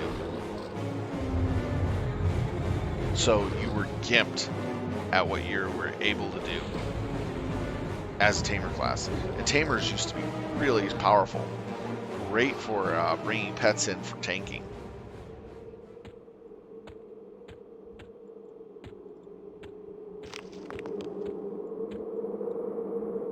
Okay, this is one of the areas that is a pain in the butt. If you pull any of these three, you get all three on you. So the best thing to do is jump over this and run around the corner and engage the one that happens to be there if it comes at you. So that's what happened to SWG. They pretty much got pretty much screwed over by Sony hard.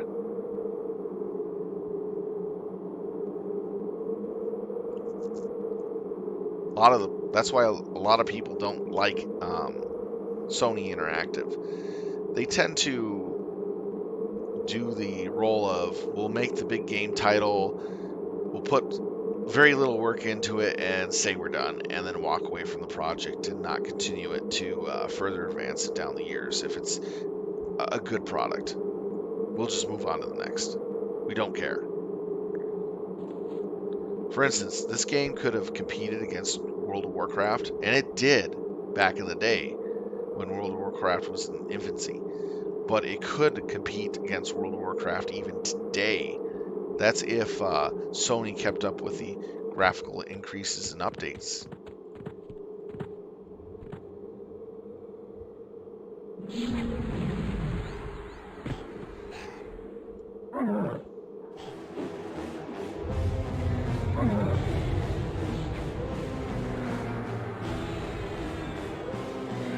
But Sony did not do that.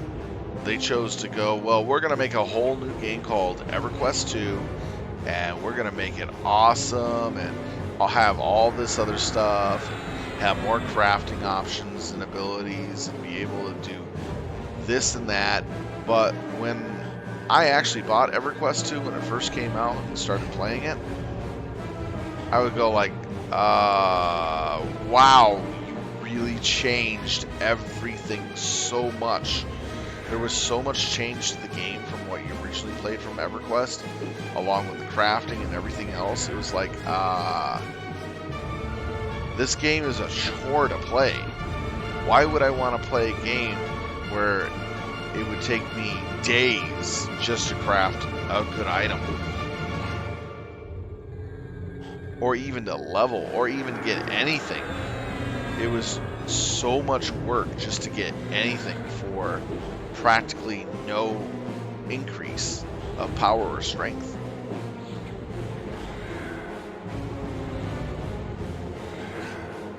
See what I mean? That's the thing with EverQuest 2. That's what kills it. Is it's a super grindy RPG that takes you a long time to progress through.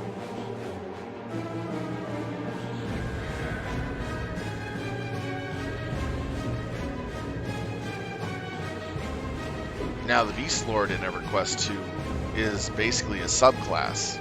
That's what it's considered. Well, technically, not even a subclass. It's not even a main or subclass. It's a... I don't know what the word they put it, but it's just kind of like on its own. And the beasts that you get for it aren't anything like what's in EverQuest 1. Not even the slightest. You actually gotta hunt down, knock out your tames that to be. Basically hunt down and knock them out and whatever, and make them your ally somehow. And then you gotta level them all up. And even then, a lot of the tames are terrible to use. They have literally no use or capability throughout your gameplay and leveling. There's only like 3 tames out of the whole list you can take that are actually pretty good. And they're hard to get. It's like, wow, thanks for screwing up a really good class that I liked in EQ1.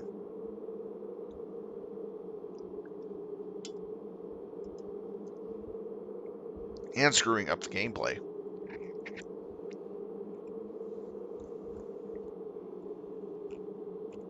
That's why I never went to EQ2. It's just, anything you do is super grindy.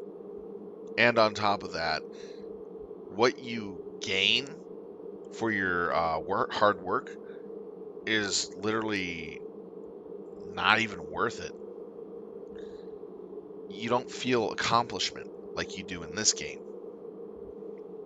And when you sit there and pretty much beat your player base over the head with a stick and saying, congratulations, you've done really well in completing this ability quest or whatnot, but when you see it actually in use or whatnot, and it's actually pretty terrible, yeah. You know what they say, don't let your kids to grow up to be cowboys.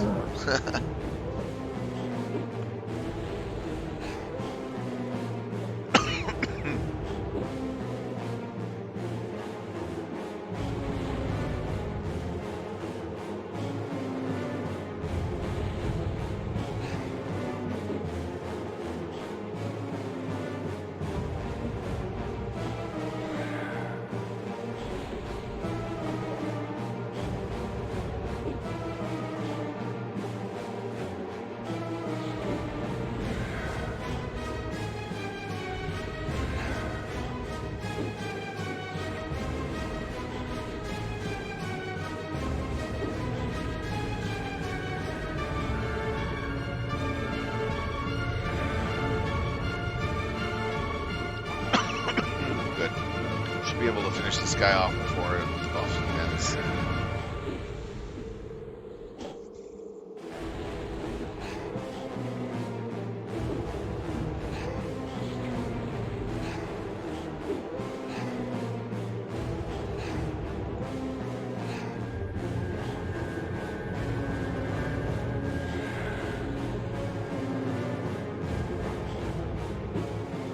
Oh yeah, I got all the advance points I forgot about.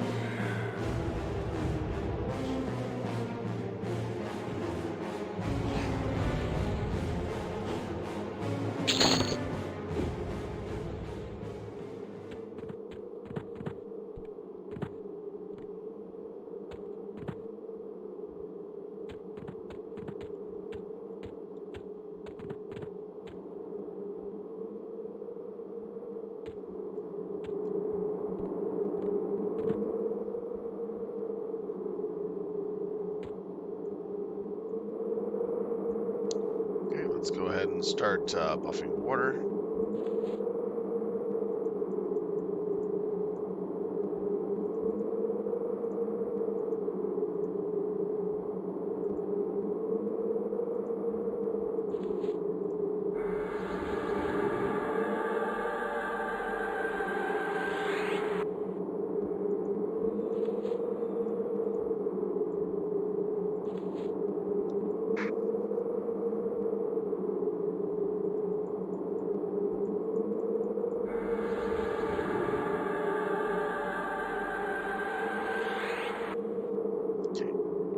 Up. Not heal up, get man up. Here's where everything starts getting a lot rougher.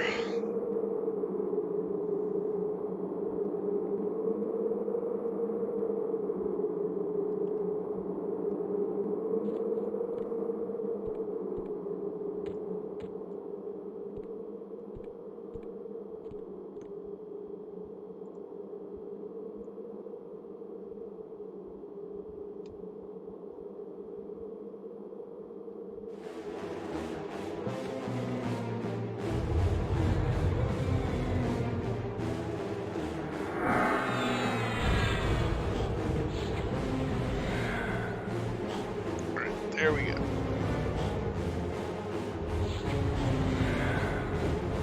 Spellbinders are annoying as heck.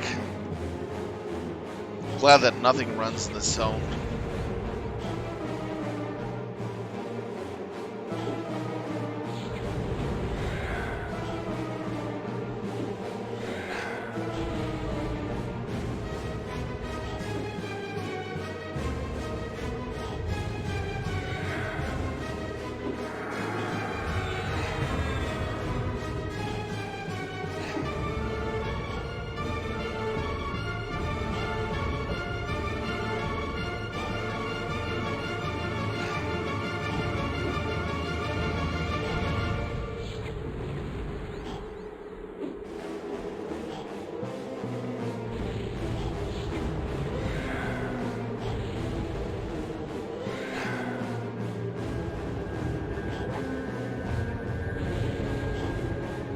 Got all his debuffs on my border.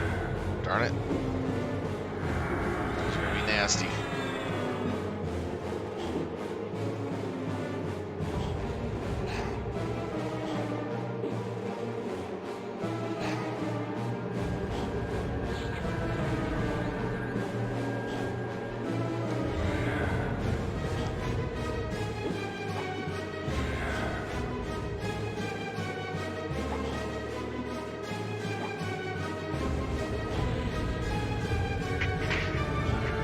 That spurt is the worst one.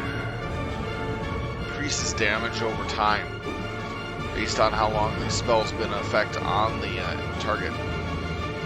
That's what's currently on the water. That's why my water's taking so much damage so fast.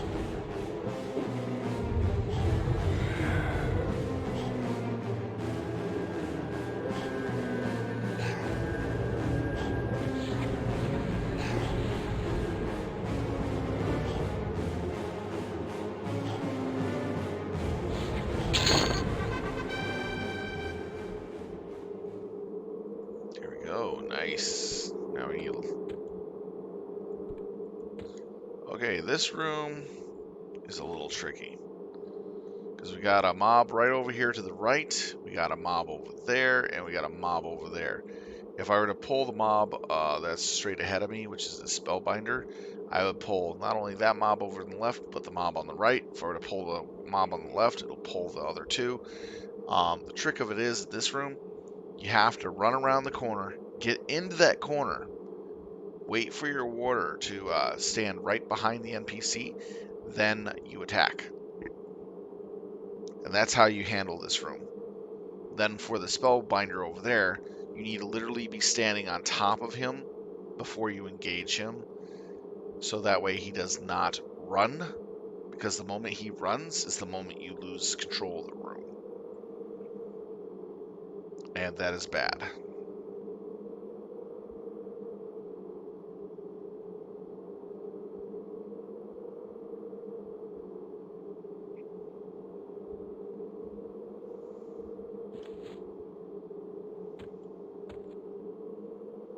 Another Spellbinder, damn it.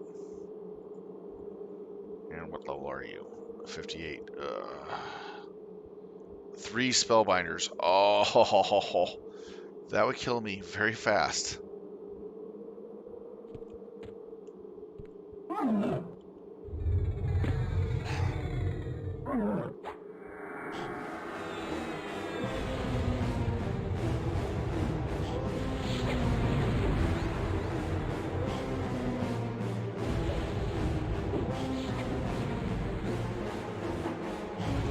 Wow, he put spurt on both of us.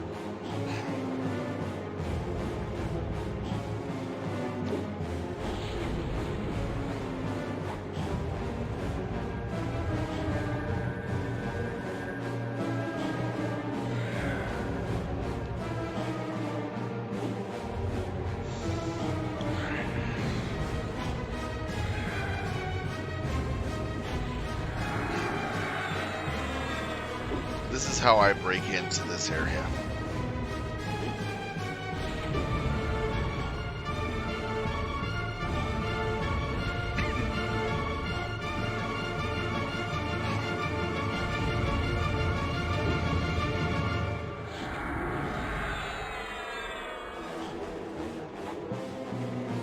With spurt on me or the NPC, with spurt on my warder, I want to start healing at 40%. I don't have spurt on my water, 30% is fine to heal at.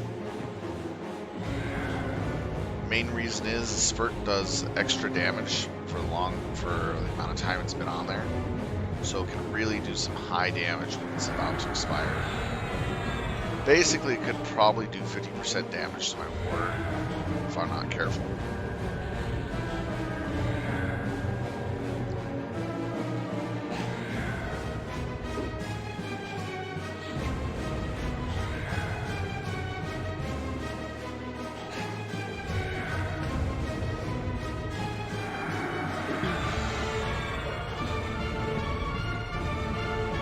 Sorry, I had a long night last night. It was up until 6 a.m. and only had about 4 hours of sleep.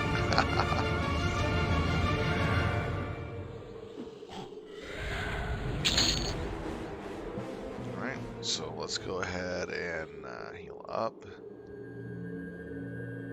We got 10 minutes before the next spawn. So the game plan is this. Basically walk right on top of him from behind. They don't react right away. Because for some odd reason these undead critters have a very slow reaction, but they will react. As long as he doesn't run out into the middle of the room, I won't have to worry about fighting 2 Spellbinders. And fighting 2 level 58 Spellbinders is a pain in the butt.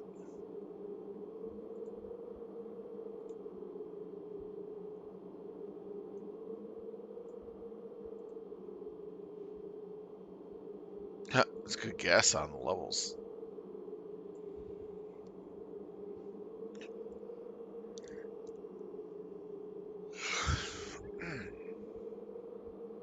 Gravelord Kotis has been defeated. Right.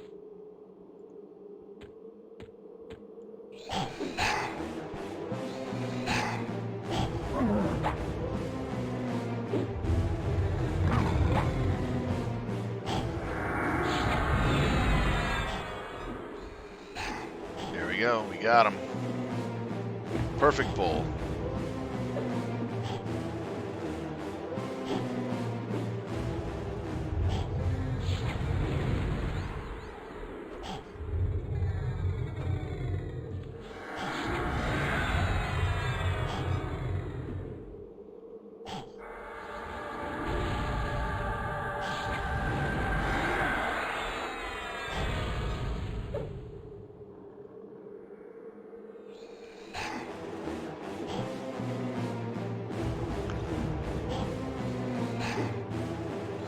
Ooh, excuse me.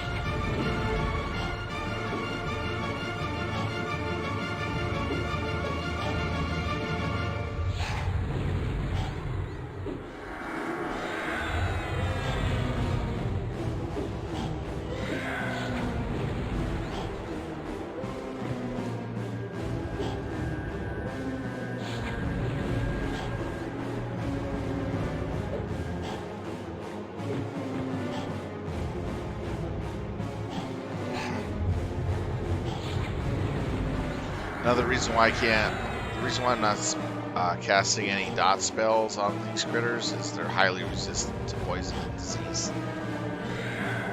So there's no point in casting those spells. I can cast the ice spell, but the problem is, well, it won't do much.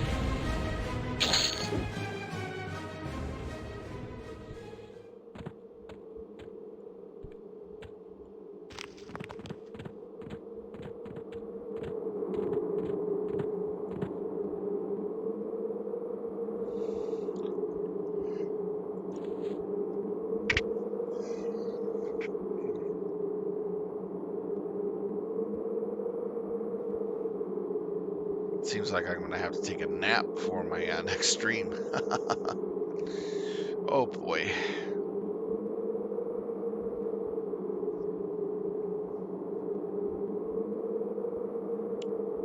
Where are we on the map? We are currently right here. So we're about 30% of the way from completing this.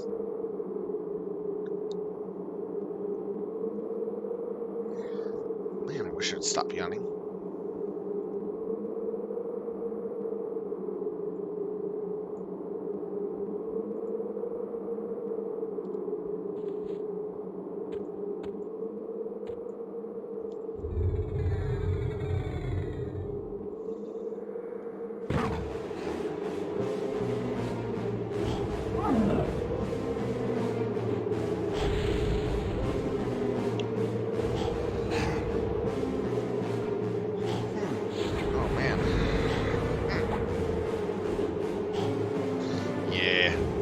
Definitely can't do another late nighter like that.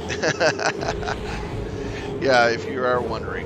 I was playing Ark last night, went around looking for Thesaurus. Can't pronounce it. Call them Theos. Basically, they're these very large bird-like creatures with very long claws. Very, very nasty in the game. They just murder everything when they get in a fight. fight. They're pretty powerful creatures. Found a level 120 of them and decided to tame it. So I finished taming it and leveling it up a bit at 6 a.m. in the morning. Before I even realized it was 6 a.m. in the morning. I'm like, damn. And I knew I had my EverQuest streams coming up, and my other stream was like, oh, let's hope to God that I'm going to be awake enough for the first stream. I don't want to cancel it. I really like my EverQuest gameplay.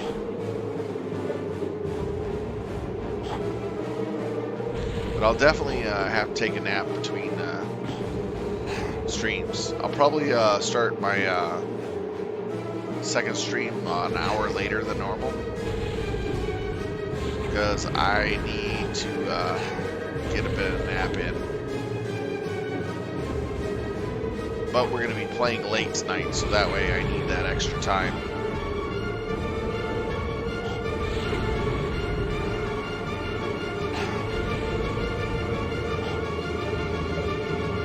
So we're going to get pretty much, I think we have enough time to get into position to kill the slaves that we need to kill.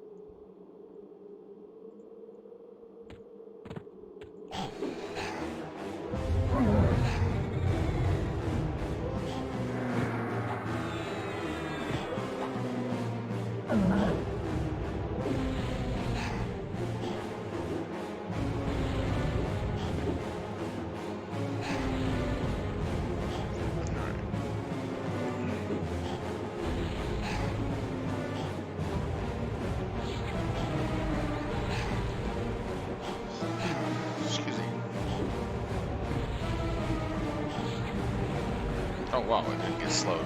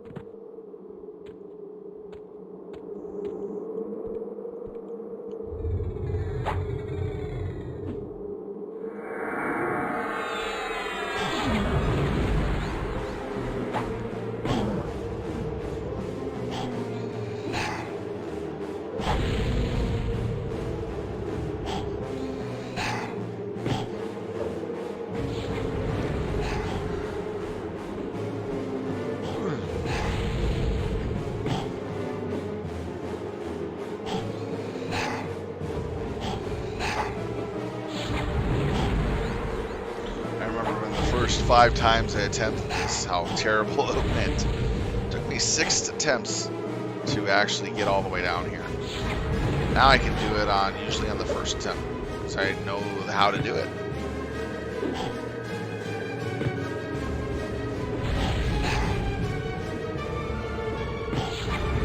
As you can see, I'm conserving my mana as much as possible, so I can continuously pull.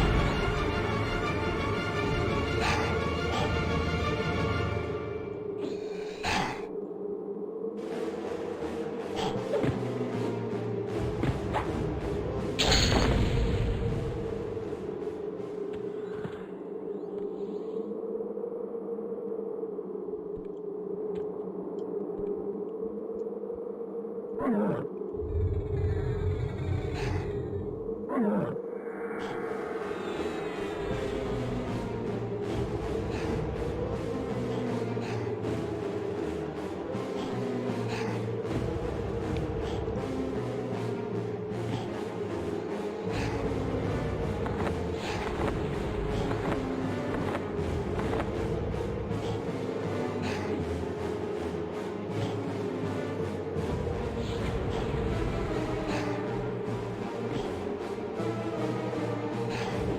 scrolls are no longer in use.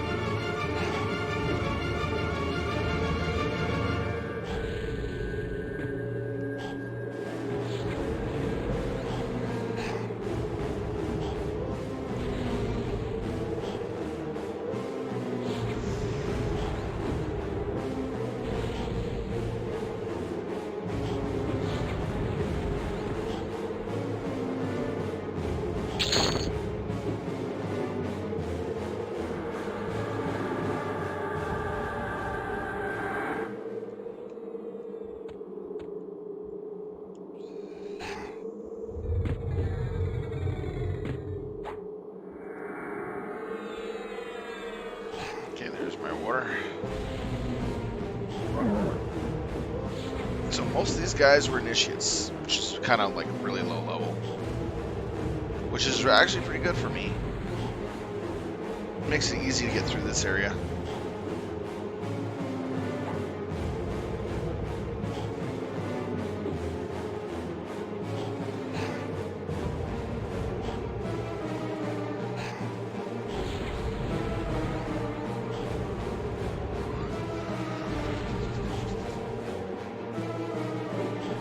Feeling cold. It's really hot outside right now, and we have our air conditioners up pretty high. Plus I have a fan on me.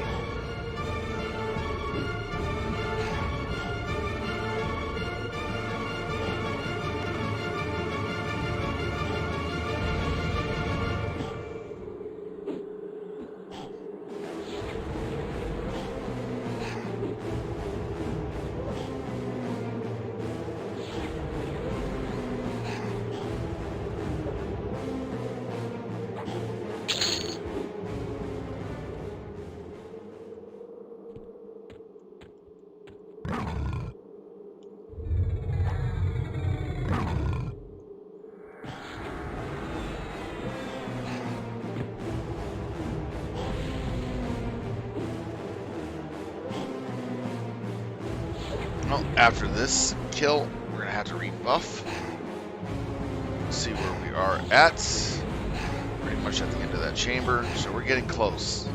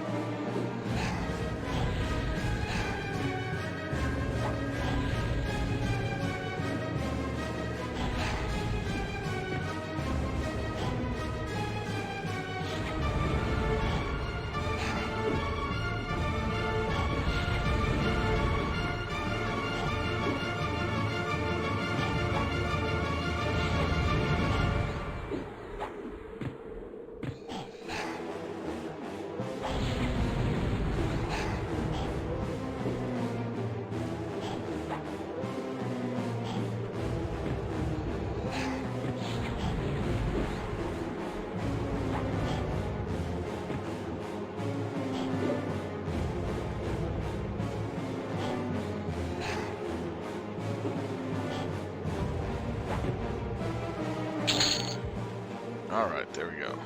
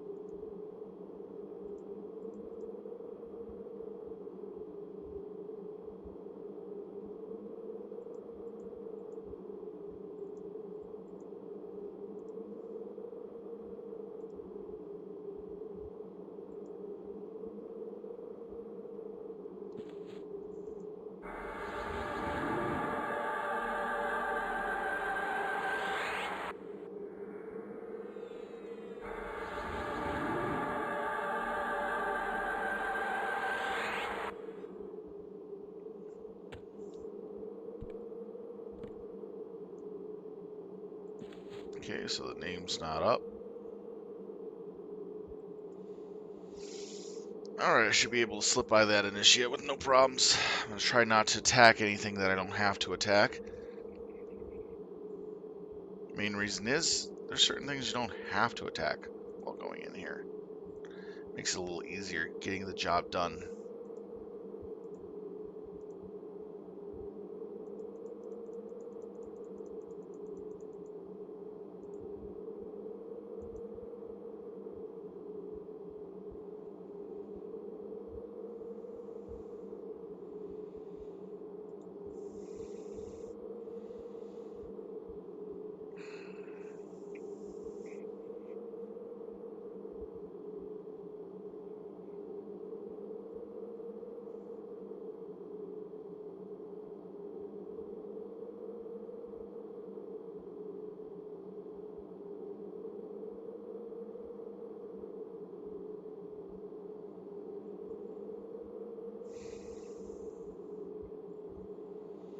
Ah, the joys of meditation.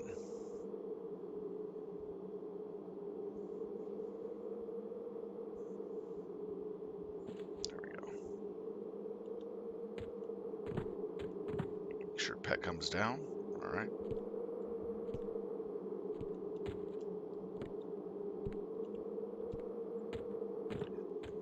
Angle.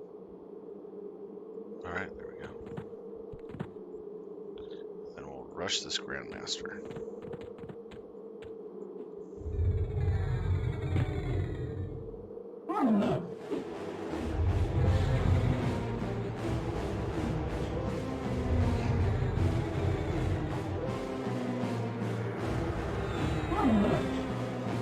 There we go. Got him. So we're almost there, guys. We're just a couple rooms away and a few levels.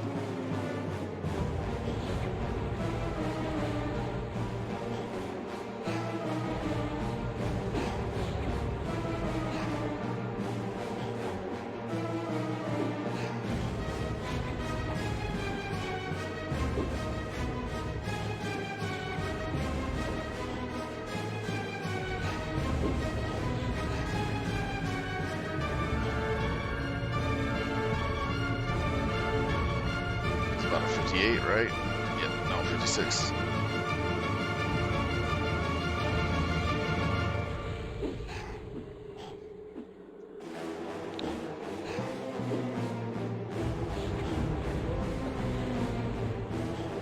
In the other room that we just came from, there is a named that's in there. That spawns, actually, but he's not there yet. I haven't seen him.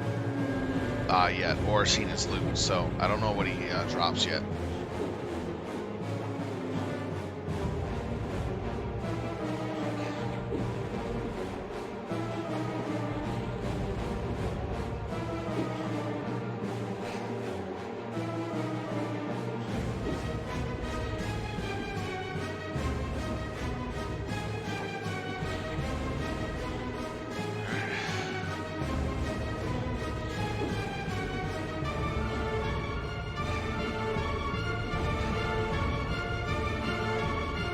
There's no other pathers that come this way, so I don't have to worry about getting interrupted or having to double tank.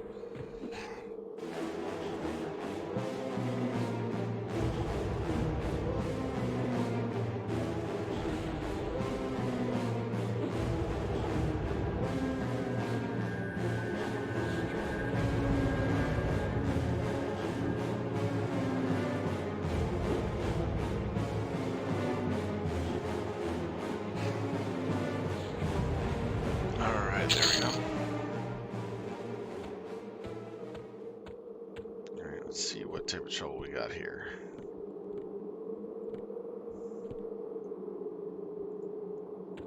Revenant we definitely want to get.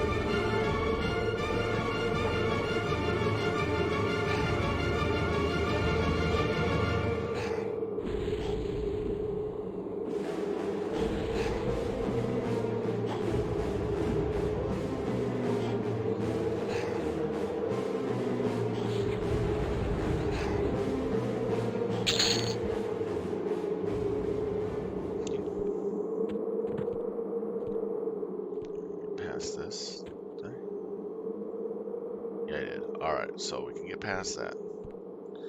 And we better invisibility right here.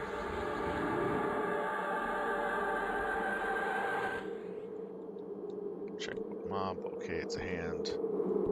Check what mob. It's a hand. Right, check what mobs are up.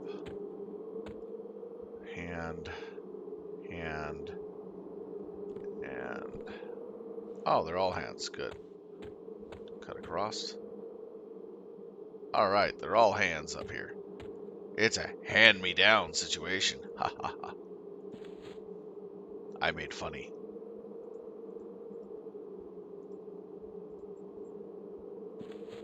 They're just getting hands-on up here, aren't they?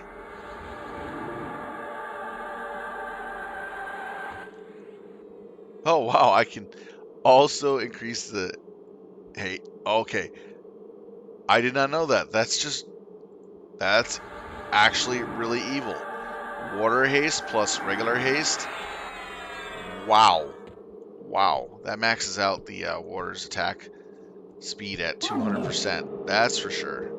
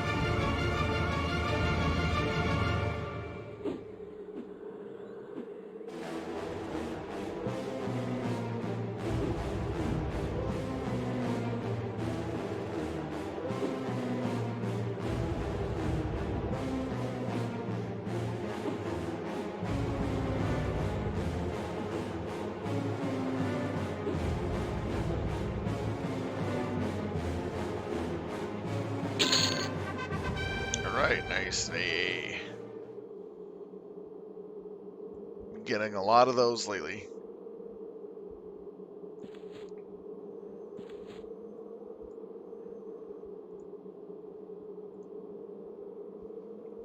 We're up to 84 AA earned.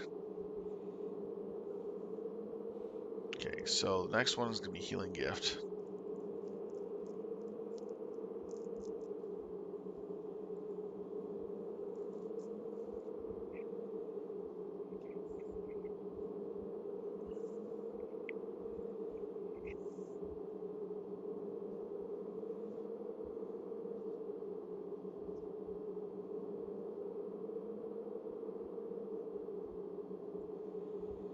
Just waiting on mana right now before we move on.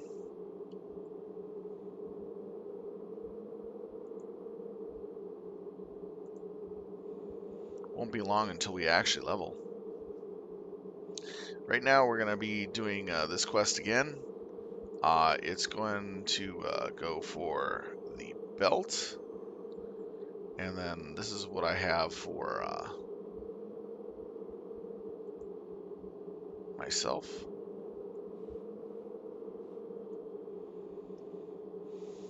So it's going to give us +1 to strength. It's going to give us more strength, more dexterity, more stamina. So it's basically 25% improvement on what we got right now. Oh wow, I'm getting 30% haste here off the item with 3p each. Dang, that's actually pretty good. +6 attack, HP regen and all that. I can't ask for anything better.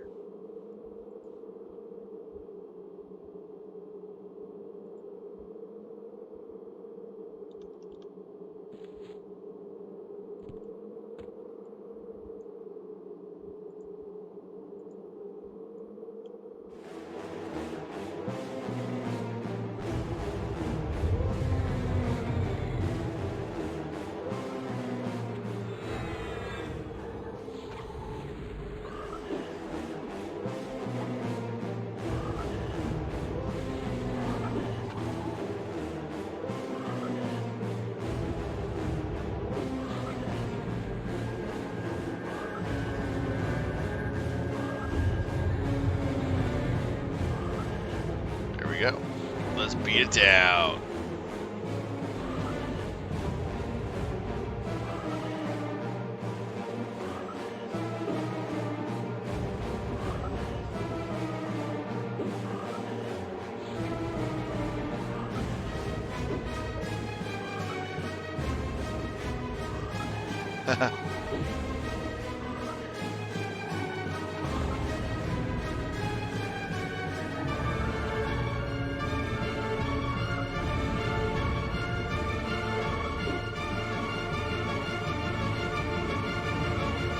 Level 60 Frog Luck Slave, which is kind of like one of the highest level critters in the zone. I'm like, seriously. In rare cases, the Ravager will be a level 60. And I've only seen one out of the many hours I've been in here.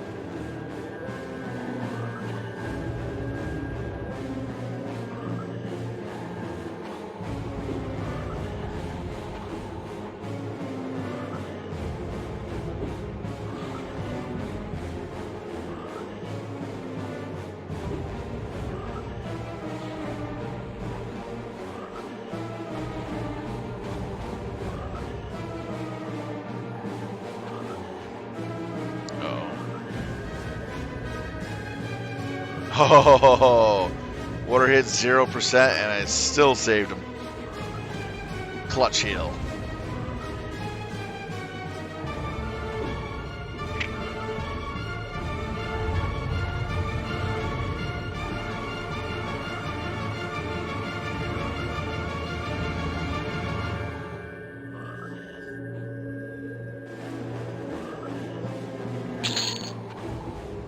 Oh, there we go. That's one.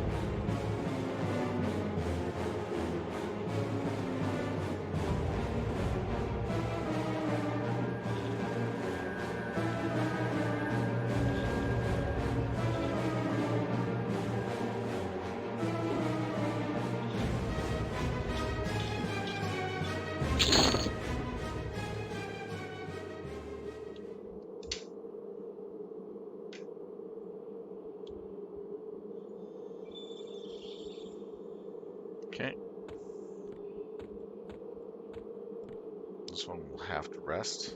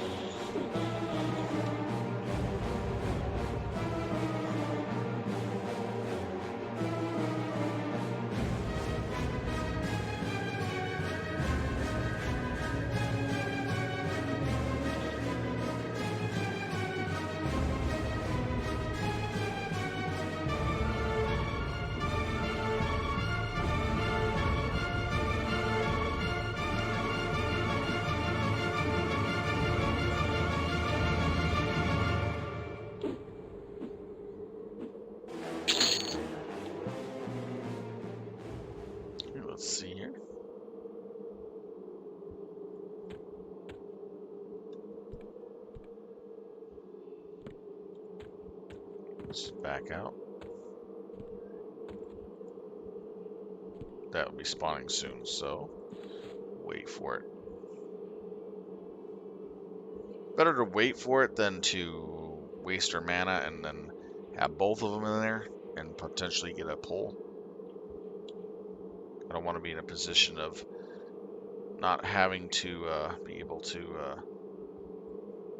fight them.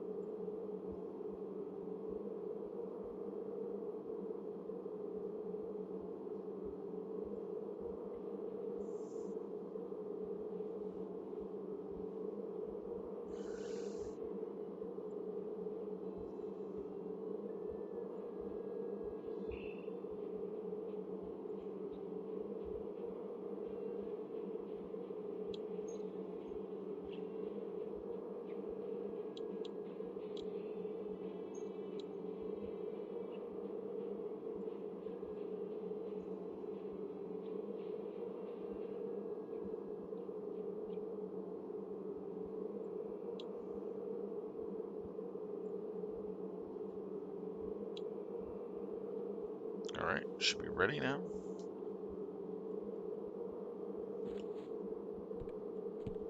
Yep, there he is.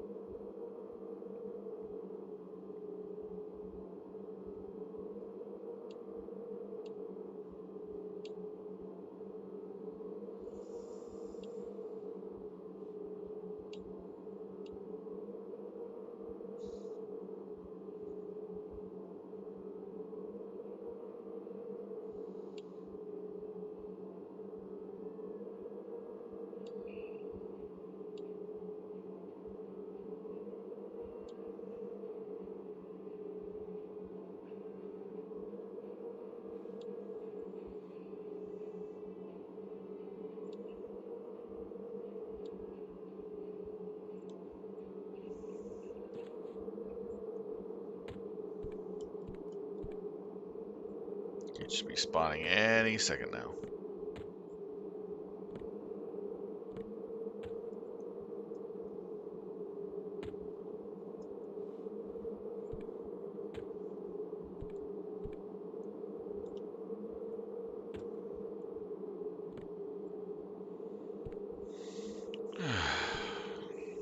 Got ahead of the spawn a bit.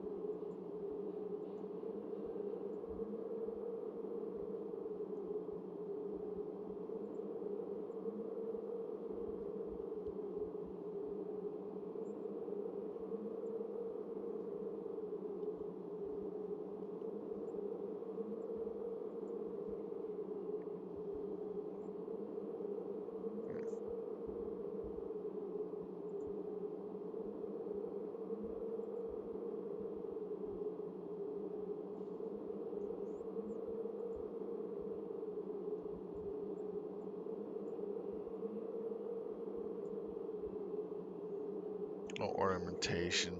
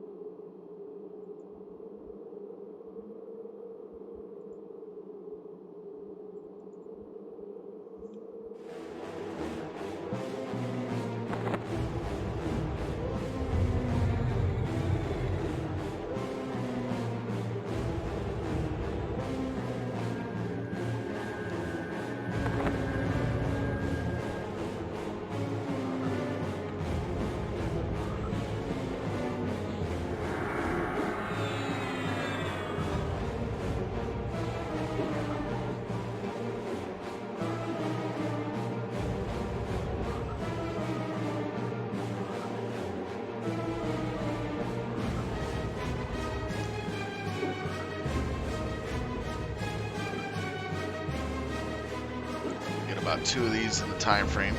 Pick this up tomorrow.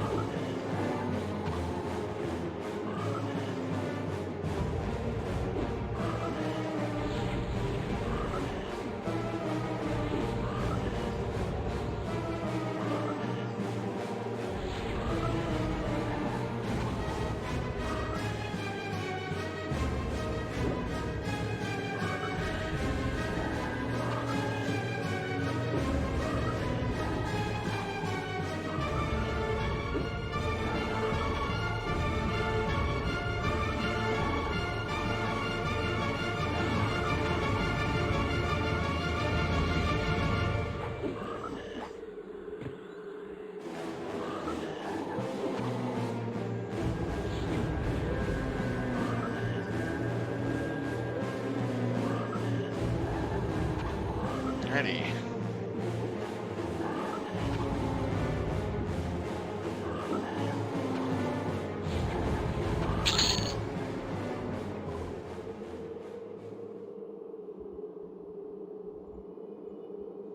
There we go.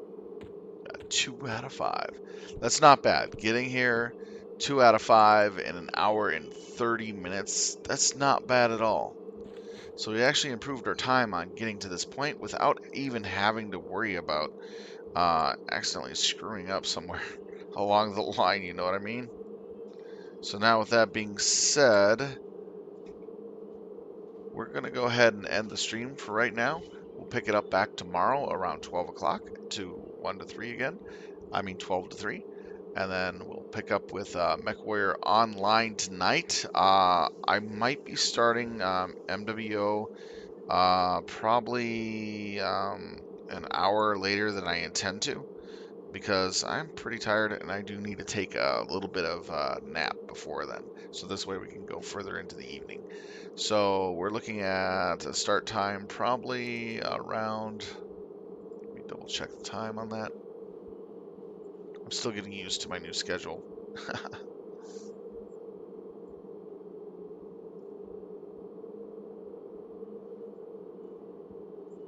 Let's see. Around 7 o'clock. So about, I'll either start at 6 or 7, depending on how I'm feeling at the time. So we'll try to get on 6, but at the latest 7 o'clock for MechWarrior Online. But we will be playing tonight. Tomorrow will be 12 to 3 for EverQuest, and then 6 to 10 for MechWarrior Online again. You can find my stream schedule on my page. Just go to Twitch, Sylvtalon, and you'll be able to see it there. Twitch.tv, of course. And you'll be able to see my stream and other information. We do have MechWarrior 5 games that we do play. If you are interested in becoming a pilot, please let us know. We'll be happy to add you to our rosters. Anyways, that being said and everything being done here, I want to thank you all for watching us playing some EverQuest this evening. It was a lot of fun entertaining you. I will see you tonight for our MechWarrior Online stream. See you there. Have a good night. Sylvtalon out.